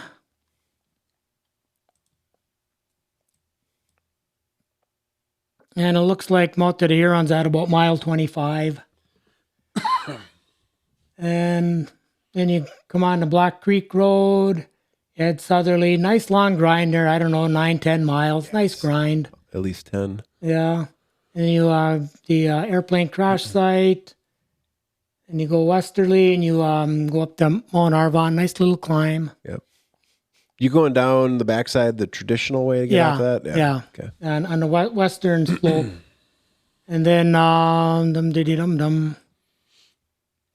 Here. Oh, yeah. And then you go to the rock cut. Then you come out on the Huron Bay Grade Road. You go down by Four Beer Corner, right about there. Then you head easterly. You get up on the AAA. Actually, State Trail 14 right there. And then you head on the AAA and back to Eagle. I want to say something about coming off the backside of Arvon. Mm-hmm. It's interesting because, you go to the highest point, quote, highest point in Michigan. And when you're going to go down the other side, right, you've got this assumption that it's going to be a ripping downhill. But two things I want to point out is half the time you're going downhill on the backside of Arvon, you feel like you're going uphill. I don't know how that works, but every time I do it, it's like, isn't this supposed to be downhill? Yeah. Why am I constantly going uphill?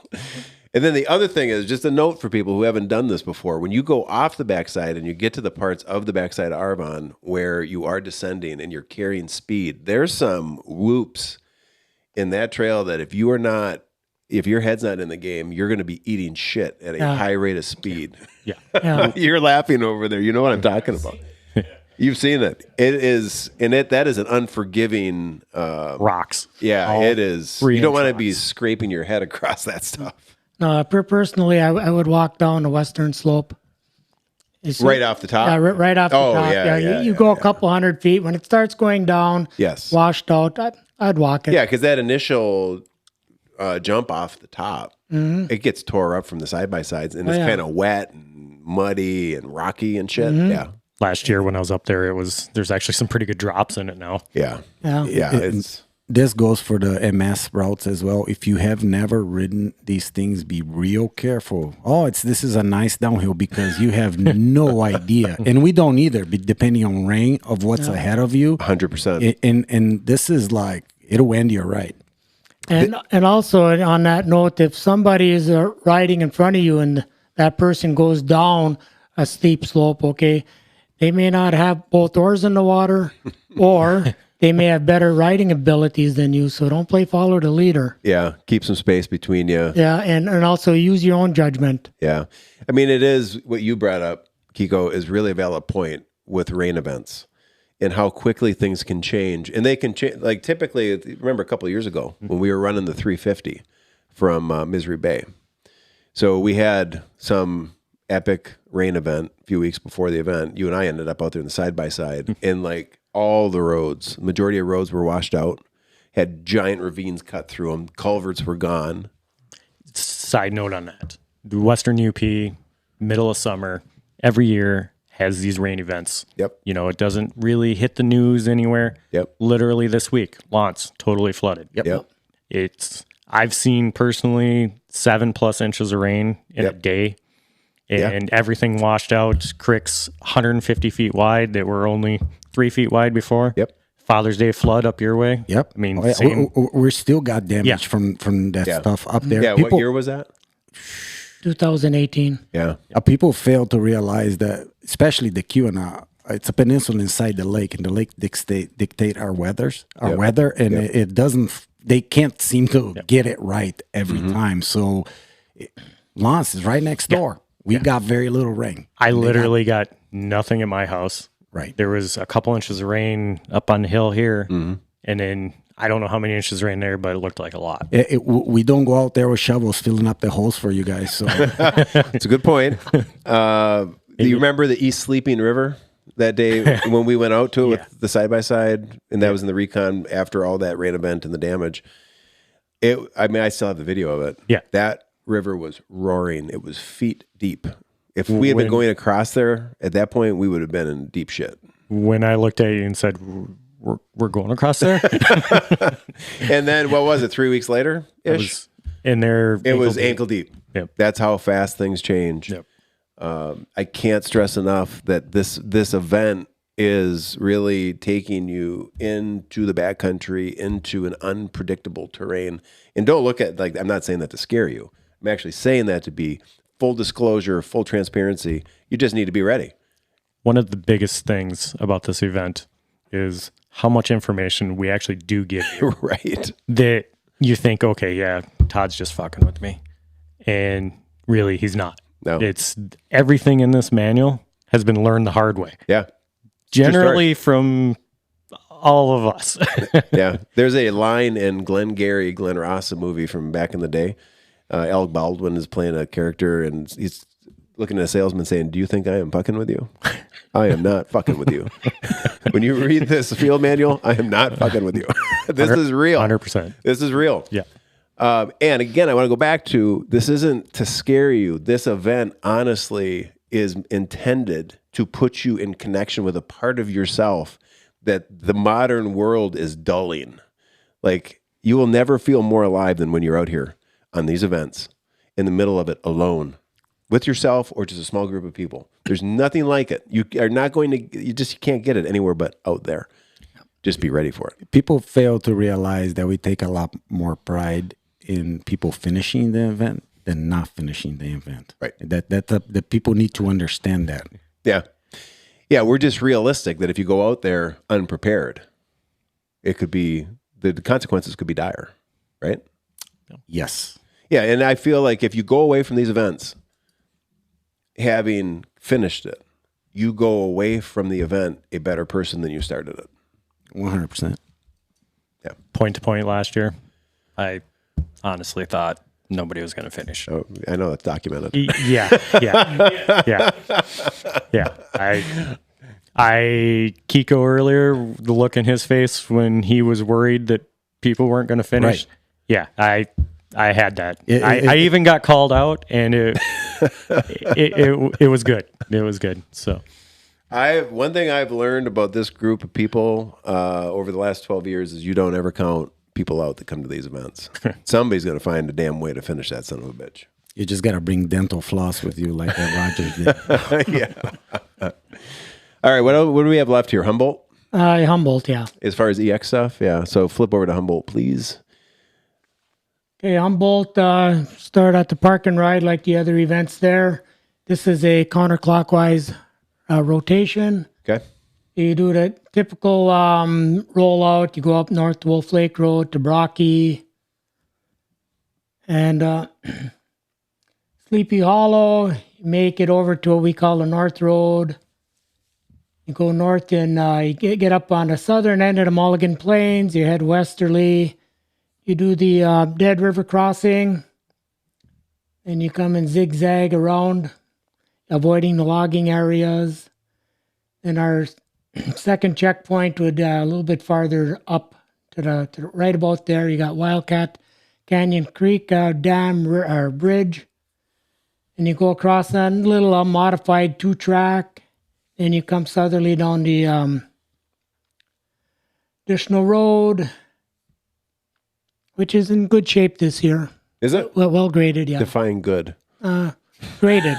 I mean, you could take your 2-wheel drive car on there. I mean, no high clearance vehicles. I'm suspicious. Yeah. Currently, today. Yeah, currently. Then you come down to Pashiki Grade, which is the third checkpoint. And I come down to Pashiki Grade through Van Riper, that little, what they call on the map, the old wagon road. Yep. Kind of single tracky. Yeah, single tracky. And then you end up back back to your starting point. And that again is kind of the introduction route, we'd Yeah. say, for new people. Yeah, that's 54 miles, 3,500 feet of climbing. It's a nice beginner route, Yeah. for somebody who's uncertain about some of these, distance events. Right. Now, It's a good way. quote or air quote asterisk beginner route in the world of crusher. Yeah. If there's somebody out there who's just used to doing like a traditional gravel route, this is probably going to be a little eye opening. It's going to be a little advanced from a traditional gravel, yeah. Yeah. But yeah, this would be a great route to take somebody out that's brand new to the crusher. Yep. Or if you're just looking for an easier day. Yeah. 100%. Easier. Easier in air quotes. Hey, that Wildcat Canyon Creek Yep. checkpoint, is that the bridge with the markers on the snowmobile trail? Oh, golly gee. That one is always a topic of conversation, Okay. which bridge it is. Okay, it's the widest one, and also if you do your checkpoints on your GPS, you'll zoom right in on it. Hey, can you jump up in the checkpoint section to Wildcat Canyon Creek and find that? There should be a photo and a GPX.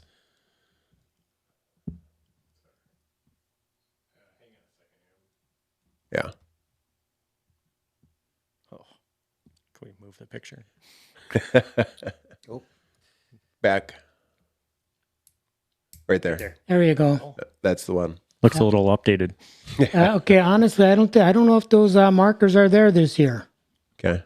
I can tell you if you're there at 3 a.m, They're not there. they're very hard to get a picture of to know where you are. Right. Yeah. Right.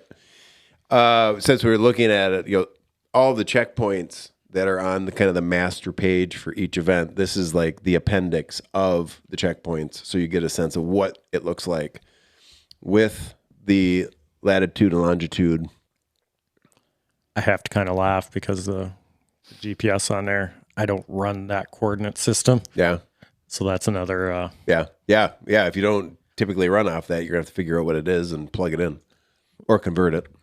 mouth of the Huron. Where should you cross? Shallowest point. The shallowest point Okay, is I different would- every day. I would stay away right at the immediate contact with the river to lake, Yeah. because usually that can be Deep. 4 or 5 feet deep.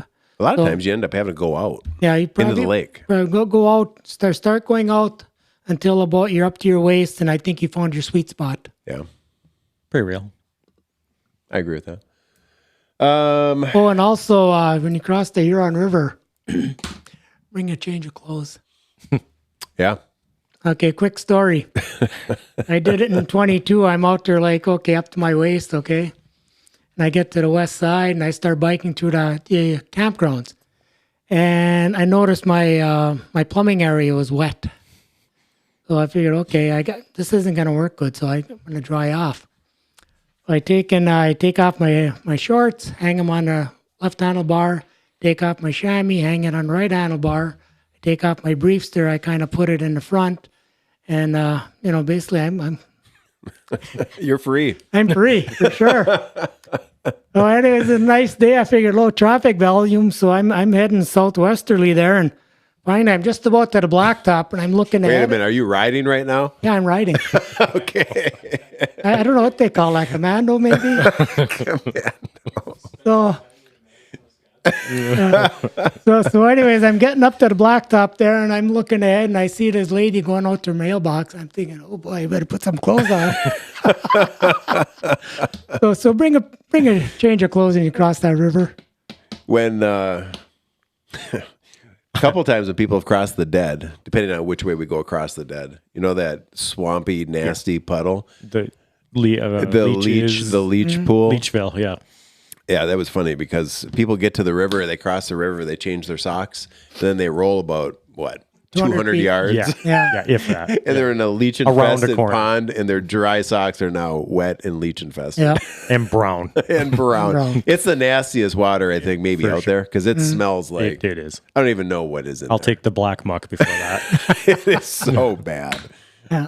First time I was ever at the mouth of the Huron was an interesting day. You talking back in 2020? Yeah. Yeah. with First- the raft? First crusher. First That was crusher. you talking EX Recon? Yeah. Yeah. Yep. That is not on Google Maps either. It will not get you there.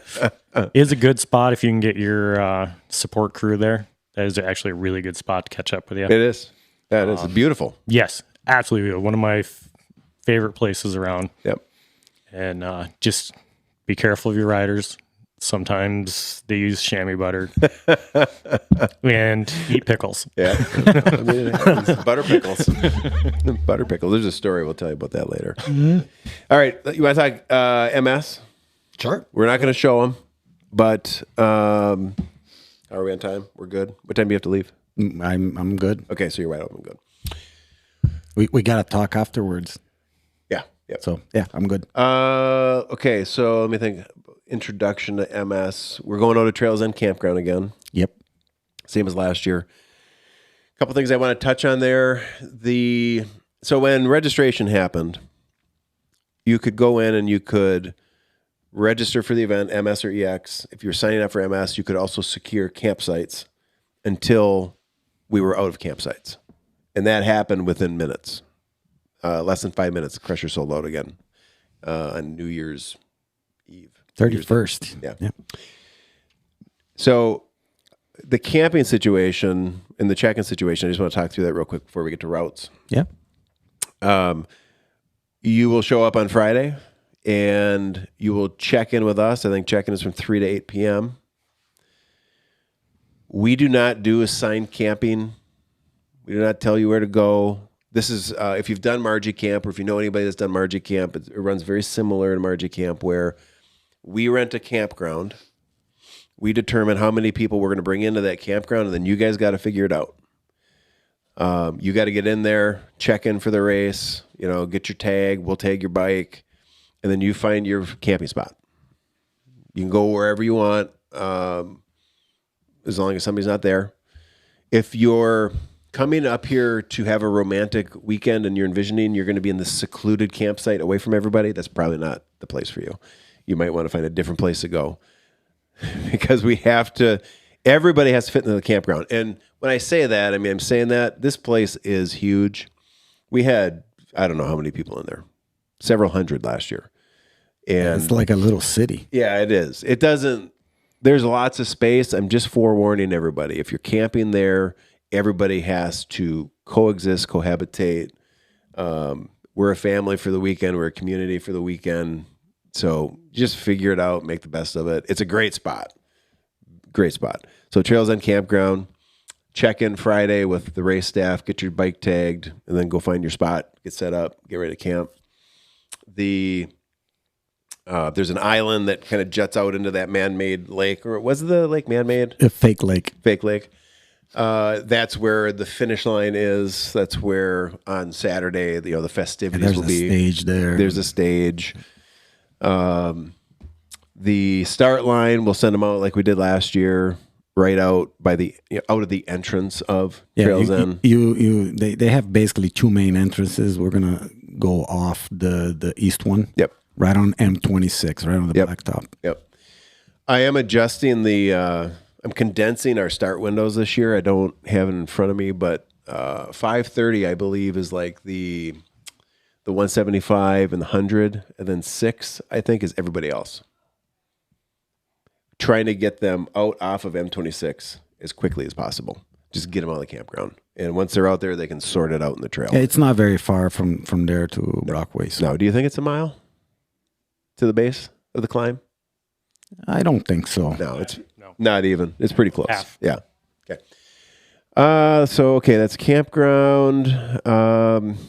If you're not staying with us, that's fine. If you got Airbnb, hotel, whatever you're doing, different campground, Fanny Ho, it's great.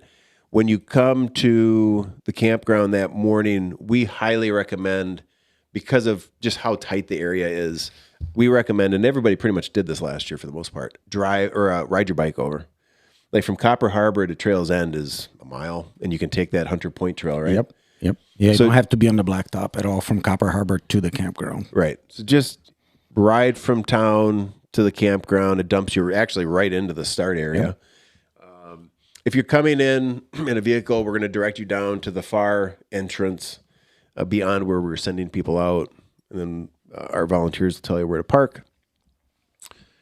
There's a beer share, which is not in the EX yet. This has been kind of a tradition, I guess I'll say, since 21 or 22 when we went to Outer Lake.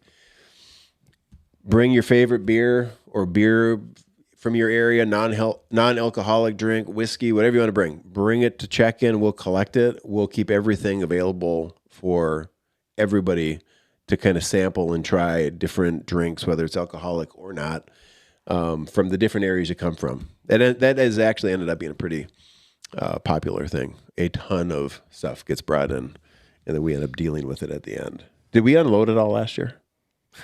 Yeah. Yeah. Is your basement full? But yeah, the beer share is great. Once we update some information in the field manual for the mass start, that'll be in there. But that's a little teaser for you. Bring something. It could be soda, it could be pop, whatever. All right, let's talk routes. Okay. How are they? What did you do when you approached it this year? Because I think that you did approach it looking to enhance the experience. Well, so how'd you look at it? So what's different from last year, generally speaking, right? I wanted to reduce the amount of miles on the Mandan. Okay. And the reason is, and this is really important, the Mandan is not the same Mandan as it was in the early 90s. Okay. Yeah, that's fair. Right now, it's really a highway. You can drive a minivan on the Mandan from Copper Harbor out, and people are out there. Yep. And they're driving around. So lots of traffic. Lots of traffic. It's basically the Wild West, right? So it's a road with no rules, if you will. So people are going fast. However, that is the best place that if you're going to meet any support vehicle is to do it on the Mandan because it's wide enough. Okay. But you need to be super careful. So I try to reduce the amount of time on the Mandan, but you're going to be in and out of the Mandan in a few points. And those are the resupply points, or if you want to quit or whatever it is. So we try to reduce that amount.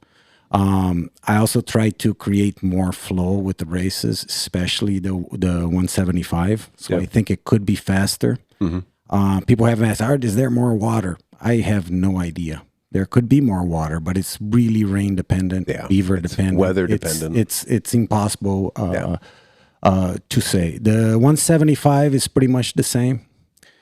The 100 is the best day on the bike, hands down. It's better than last year. I think it's going to be funner yet. It's less boring. Some people complain, oh, there's too much snowmobile track. Well, let's fix that. Careful what you wish for. Right. The 40 is absolutely awesome, especially towards the end. There's some new trail there that is great. The MS 25.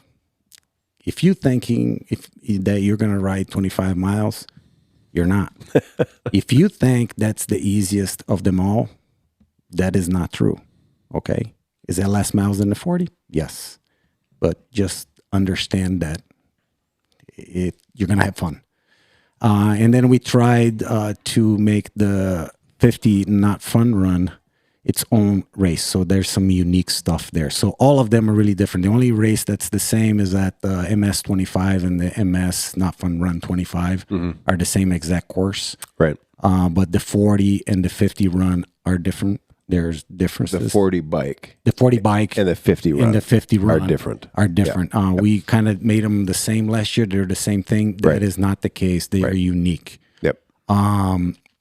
We are, and I think I can say this in regards to some of the Kiona Point Trail that we were using. It was obvious when we shared it during registration, the map, that we are using phase 4. Yep.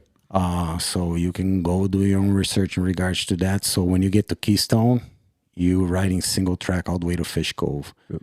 Yeah, I have not ridden it, but it looks really cool. Yep. So we're using that. Again, last Mandan, new checkpoints. Half of it is the same. Half of it is are new. Some really cool stuff. I try to make all my checkpoints historical. This year we even put dates on them. So I think they're pretty cool. They'll come with a little, you got to do your own research, but it has a little background. Do you have an out and back checkpoint? Yes, there is an out and back checkpoint for the MS-75 north of Calumet. MS 175. Yes, the MS. Is that the only one that has an out and back checkpoint? Yes, Okay, so MS 175. Listen to this. One of the checkpoints is an out and back. it's not very far. Okay. But it is an out and back, and it's Probably similar to like the rock cut, right? yeah, something comparable. I think it's really short, so that we'll discuss that. But that's the only out and back one. The other ones, obviously, they're not necessarily right on the route, but it should be pretty darn obvious. If you have those points marked on there, you really can't miss it. Yep. But this one is you're not going to see it from the road. Yep. You need to go in there and then come back out. But that affects the MS 175 only. We don't have the races. All the races are going in the same direction. All the races are going clockwise. Yep. So they're all going clockwise. Let's talk about single track because that I think. One more thing. Well, which will tie into the single track. Yeah. At the start, and this is me helping you out, okay?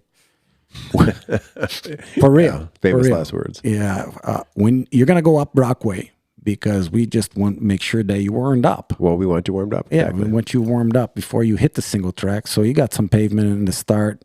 It's uphill. Yep. The MS 175 and MS 100 are going to make a left on Raptor Ridge like they did last year. Okay. Many people went straight. Yep. Going good for them. They get to bike Good back for a bill. And so MS 175, 100, they're doing the same thing. But everybody else is making a left turn before that on the edge connector. We're not sending you on the edge because we don't want you to die. So we're sending you on the edge connector. So you're going to be making a left turn at a different point, and then everybody's going to ride single track until they get to the start of the Keweenaw Point Trail on Manganese Road. Mm-hmm. And then they all get there together, and then from right there together. So this When you say everybody, you mean who? everyone. Okay. It's going to meet there, meaning we're riding separate single tracks until you get there to spread everybody out. Yes. And then when they get there, is the 40 staying in the single track? Everybody gets on the point trail. Okay, they're on the point. Got it. Yeah. They ride single track until they basically get to Manganese Road, and they keep riding that single track. But that's where the races will meet. Got it. And then after that, they become different. So I want to really stress a couple things about the start. There's, depending on which event you're doing, so the 175 and the 100 go out together. Okay. Okay. And they have the same left-hand turn, or what they have the same turn, which is good. Yes. They're exactly the same route until the 100 makes a right turn somewhere halfway down towards the Houghton Hancock. Yep. Okay. So you got that. And that's good. Same start time, same start route. That's good. The other, the 40 and the 25 And the 50 run. and the 50 run, they're going up the hill. Yes. They're taking a different left than the 175 and the 100, Correct. but the same for the 3. The same turn for everything else besides the 100 and 175. And it's going to be before the turn that the 100 and 175. I mean, they should be gone ish. You know, they're a half hour ahead. The other thing I want to point out is in the beginning of all of these events, you're going into single track. Yes. So top of Brockway, wherever you're turning, you're going into single track. So it's single track for a long time. yes. You're going to go in and out of the Mandan, if you will, get on the road for a little bit. There's some 2-track, whatever, but it's basically single track. Yep. So just putting that out there, full disclosure. So last year, as much as we shared and put out there were still people that were surprised. Yes. You really shouldn't be surprised now because now we've had a year. There's more info. We're again trying to reshare the same info. The thing I want to stress is that there is no way to run a crusher in the Keweenaw the way that a crusher should be run without it being really hard and really rugged and gnarly and including single track. Like this, if we even tried to go up there and to give you a crusher event in the Keweenaw Peninsula of Michigan, and we tried to omit this stuff, then you're really not getting the full Keweenaw experience. Nope. And that would not be fair to you, and it would not be consistent with what we try to do with events. I mean, some of the stuff that we have out there, sure, I put it on purpose. But I tell you this, even if I try to make it easy, it still would be hard. Right. And that's a good thing. We'll say that. Even if we tried to make the routes easy in the Keweenaw, they'd still be harder than your average routes anywhere else. Absolutely. Just by nature, it's the Keweenaw Peninsula. It's wild. Yeah. Lots of elevation change. Yeah, lots of rock. I tell you this, not that much sand, especially compared to when you guys were out east. A lot less sand. There'll be some sandy spots, but I tell you this, we'll make up for it in water and rocks and getting off your bike and all that, because there is no other way. But the overlooks, the vistas, amazing. The beauty, the lake, the historical backstory, the backdrop that you're riding through. It is next level. Yeah, it's amazing. Yeah, it is. It's a special place.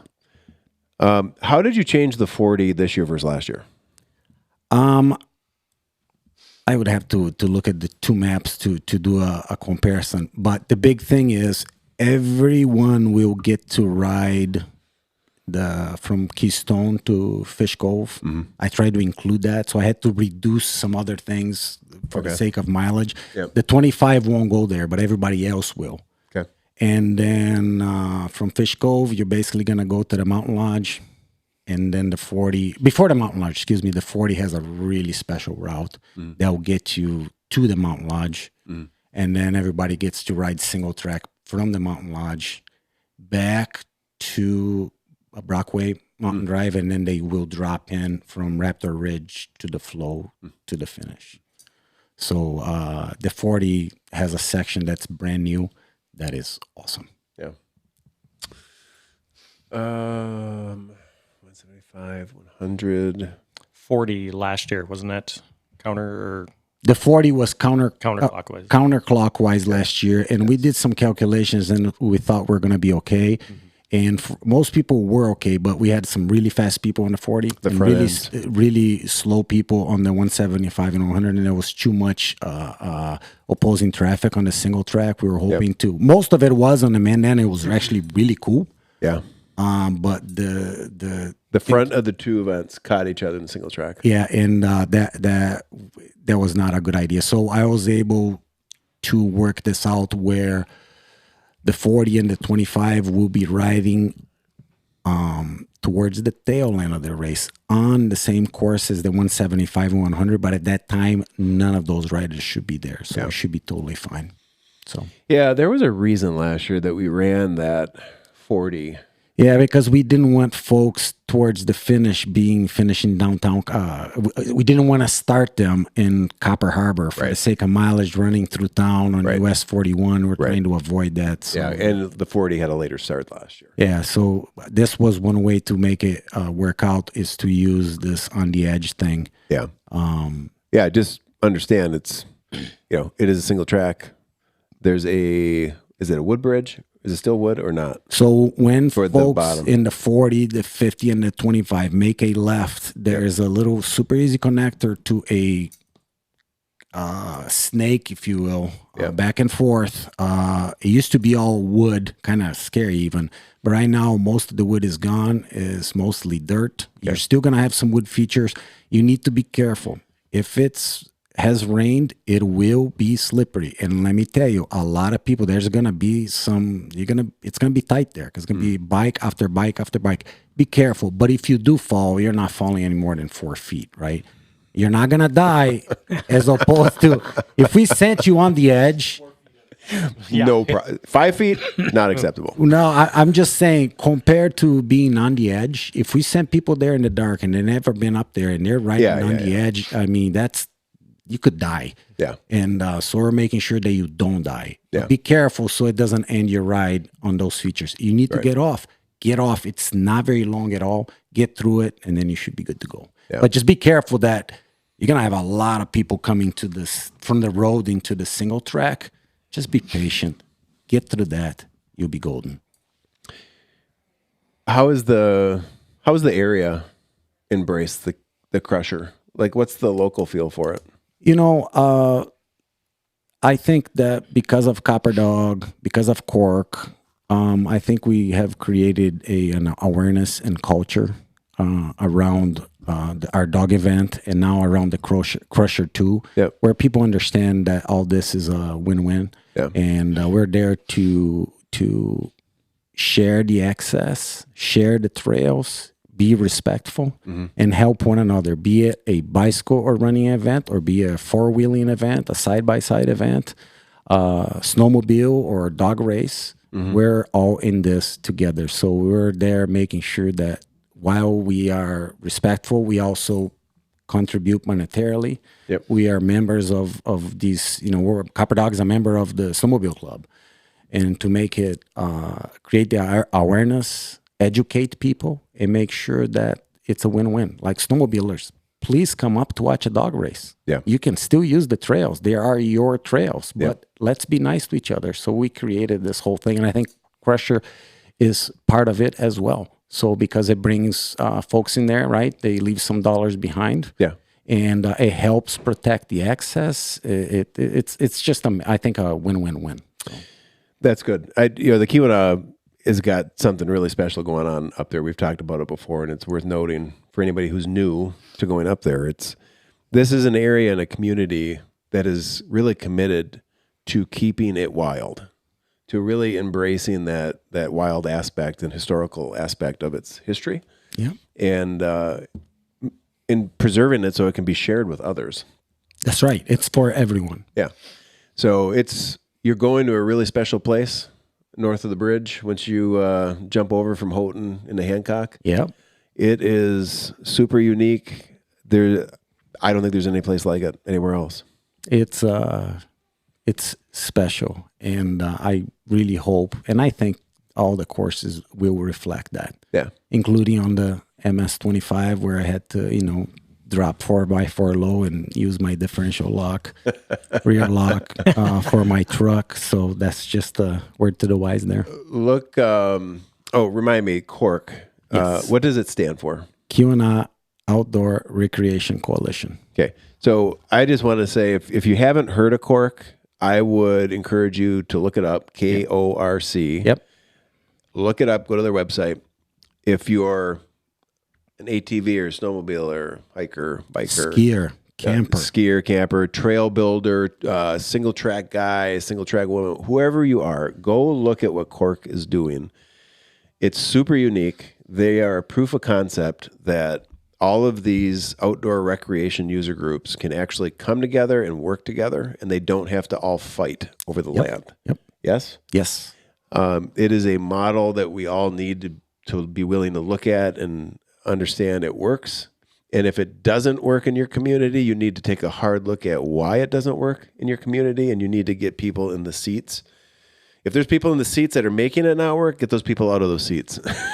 People tend to focus on the differences when they need to focus on the similarities. Yes. And what do you have in common? Yeah, exactly. And let me tell you, all these, what do they want? They want to be out there in the wild, in the bush. They want to enjoy it. They want access to it. Yeah. They want the access protected. And they want areas that are only for bikers. They want areas that are only for hikers. And then you got areas that is for everyone. Yep. Be respectful. Share it. Make it work. What are you writing down over there? Oh, just a few notes here. That's dangerous. No, I can't wait for folks to try it. And I'm going to be doing the point to point. It's too bad I can't be up in Copper Harbor to see people finish, because that just brings a lot of joy. Oh, you'll be there by at some point, Monday or Tuesday of the next week. Yeah, it's all good. It's all good.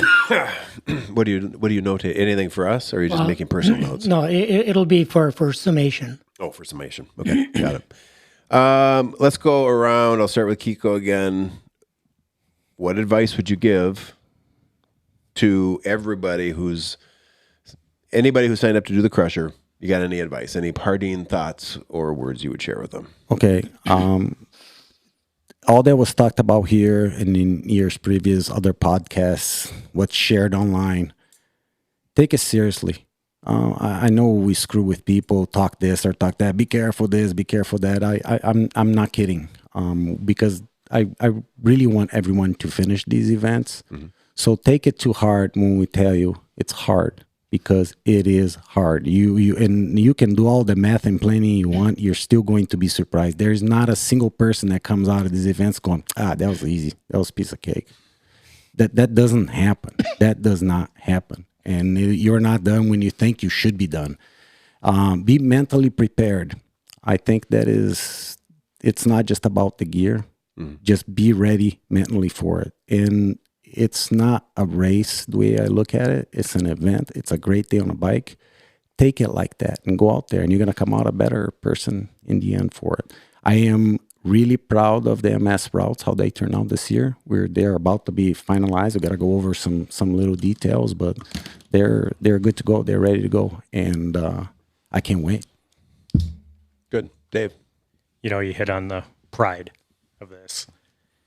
It's hard to explain how much time and effort we have into this, and we try our best. And there's a lot of fun that gets poked along the ways, but we really try hard to make these good events, bring people together. I mean, some of my best memories of 2020 definitely Crusher EX. I mean, that made our year pretty much awesome. Things you've learned along the way. The list is long, and I mean, every year, every one of those rides, you learn something new. Yep. That required or recommended gear list. When I said earlier that it's been a learning curve along the way, it's because we've all learned it the hard way, and you're going to learn things the hard way. It's how you. That's how you learn. That's how you learn. That's how you deal with it. Yep. Paul. Okay, touch on two good points there, Kiko and Dave. I want to say something about animals. Okay, if you see a moose, whether it's a bull or a cow, you don't know if the cow has young, and you don't know how aggressive the moose is. Give them space. If you see a black bear, you don't know if it's a boar or a sow. You don't know if it's got cubs. Give them some space. Okay, dry socks. Carry some dry socks in a baggie for emergency purposes. Have a little fire kindling kit. It just takes a little small baggie, some matches. Follow your breadcrumbs. Contrast the breadcrumbs on your GPS and the out and backs, or in case you go off track. And also know your water consumption. A general rule of thumb is 20 miles to the liter. It could be more on a cooler day. It could be less on a hot, sweaty day. So just as a good rule of thumb, I go by 20 miles to the liter of water. So pack what you think you need, or have a good filtration system so you can filter. There's plenty of water available on all of these routes. There'll be water everywhere. Yeah. Literally. Sometimes too much. Yeah. Celotex. We just want to make sure that your skin is nice and soft. That's all. Oh, it'll be soft. You got anything else? No, that's it. My parting words would be, we put the time and effort into the manual that we put into it. Read it. Read it twice. Make sure you understand the challenge ahead of you and what we're telling you you are in for. It is not marketing and hype. It is for real. We are trying to be full transparency, so you're as prepared as you can be. And just realize when you get to that moment where it sucks and you're like, fuck this guy or fuck that guy or fuck this. It was designed. These events are designed to bring you to that moment because there's a better version of yourself on the other side of it. You have a choice to make when you get there. Yeah. Go through that thought process right now. People avoid going through that thought process right now because it's even hard to think about it, but do it before you even start. So when you get to that moment, you go, I'm there. What's my exit out of how I'm feeling right now? Rehearse not quitting. Exactly. Yeah. And huge suggestion. This is a must, is that you become part of the Crusher Facebook group. Yes. Because a lot of these folks have done every one of these events, and they do it year after year, and their advice is unmatched on what you should or shouldn't do. Can I add something to that? Be advised. Okay. So it's Crusher Enhanced Gravel Discussions. That's the group. there's questions you have to answer to get into the group. If you answer any one of them wrong, or if you don't answer one of them, I'm not letting you in the group. But to what KIKO just said, these people have a lot of experience that are in that group. Yep. You have to sift through the bullshit. Yes, there's there's a lot of yes. There's it's almost like a hazing process, I guess I'd say, but it's done in a respectful way. In a fun way, and it's just part of the experience. So if you're thin-skinned, I mean, it's a great place to ask what tires you should use. what bike should I ride? Yeah, exactly. What tires you run? Hey, what pressure should I run? Yeah. But it is. Thanks for mentioning that, because I was going to mention that too. That Facebook group is, because that connects you to the people. Yes. And ultimately, I think everybody at some point during one of these events, you end up needing one of those people to get you through it. And then at some point, somebody's going to need you. So rehearse being reliable and not quitting. Yeah. You got anything you want to throw in there, Dark Psalm? Crush it. That's all for this time. Over and out. Question. This is a question because I've been asking. I want you to answer this. Okay. When are the routes coming out? I don't know. Before the race day. Before the race. There you go. Because people have asked me, when is it coming out? Is the point-to-point out yet? Are the MS routes yet? And I'm like, I want you to, In the manual, it's addressed that they will come out like 1 to 7 days before the event. There you go. It's in the manual. But I think that following the 225 routes is a good exercise. Yeah. Right? That's fair to say, right? Yeah. That's a good to look at them because it'll give you the flavor of what 2026 will be like. Oh, for the MS, you mean? Yes. Or even a point to point, right? Yeah. I mean, I think for any of them. I mean, the point to point, actually, I want to get that out. I mentioned to Dave, I want to get that out. That one in particular, because it's 500 miles. Right. So thanks for that clarification. I want to get that one out ideally a couple days. Okay. The MS routes will be 1 to 7 days before the race. Perfect. The point to point, there's not a lot that can change in it, because through the Hiawatha, that is permitted and can't change. We're cutting a little bit of Valley Spur. We're shortening that. Thank you. We're still gonna Don't worry. Yeah, I mean, don't say thanks yet. Yeah. Wait till you see it. Yeah. The rest of it, I'd say, is pretty much straightforward. We're trying to not change it, just because in a route that size, it makes it really hard to constantly change it. Yeah. And there's a huge planning part. Yeah, and then when we tie into the Keweenaw, I mean, it's basically tying into your stuff. Yeah, and I will say it's not going to be that drastically different from last year. So Right now, the plan on that is we've cut a little bit out of Valley Spur. Where's the most miserable spot we can add a little? So I'll rely on Paul for that.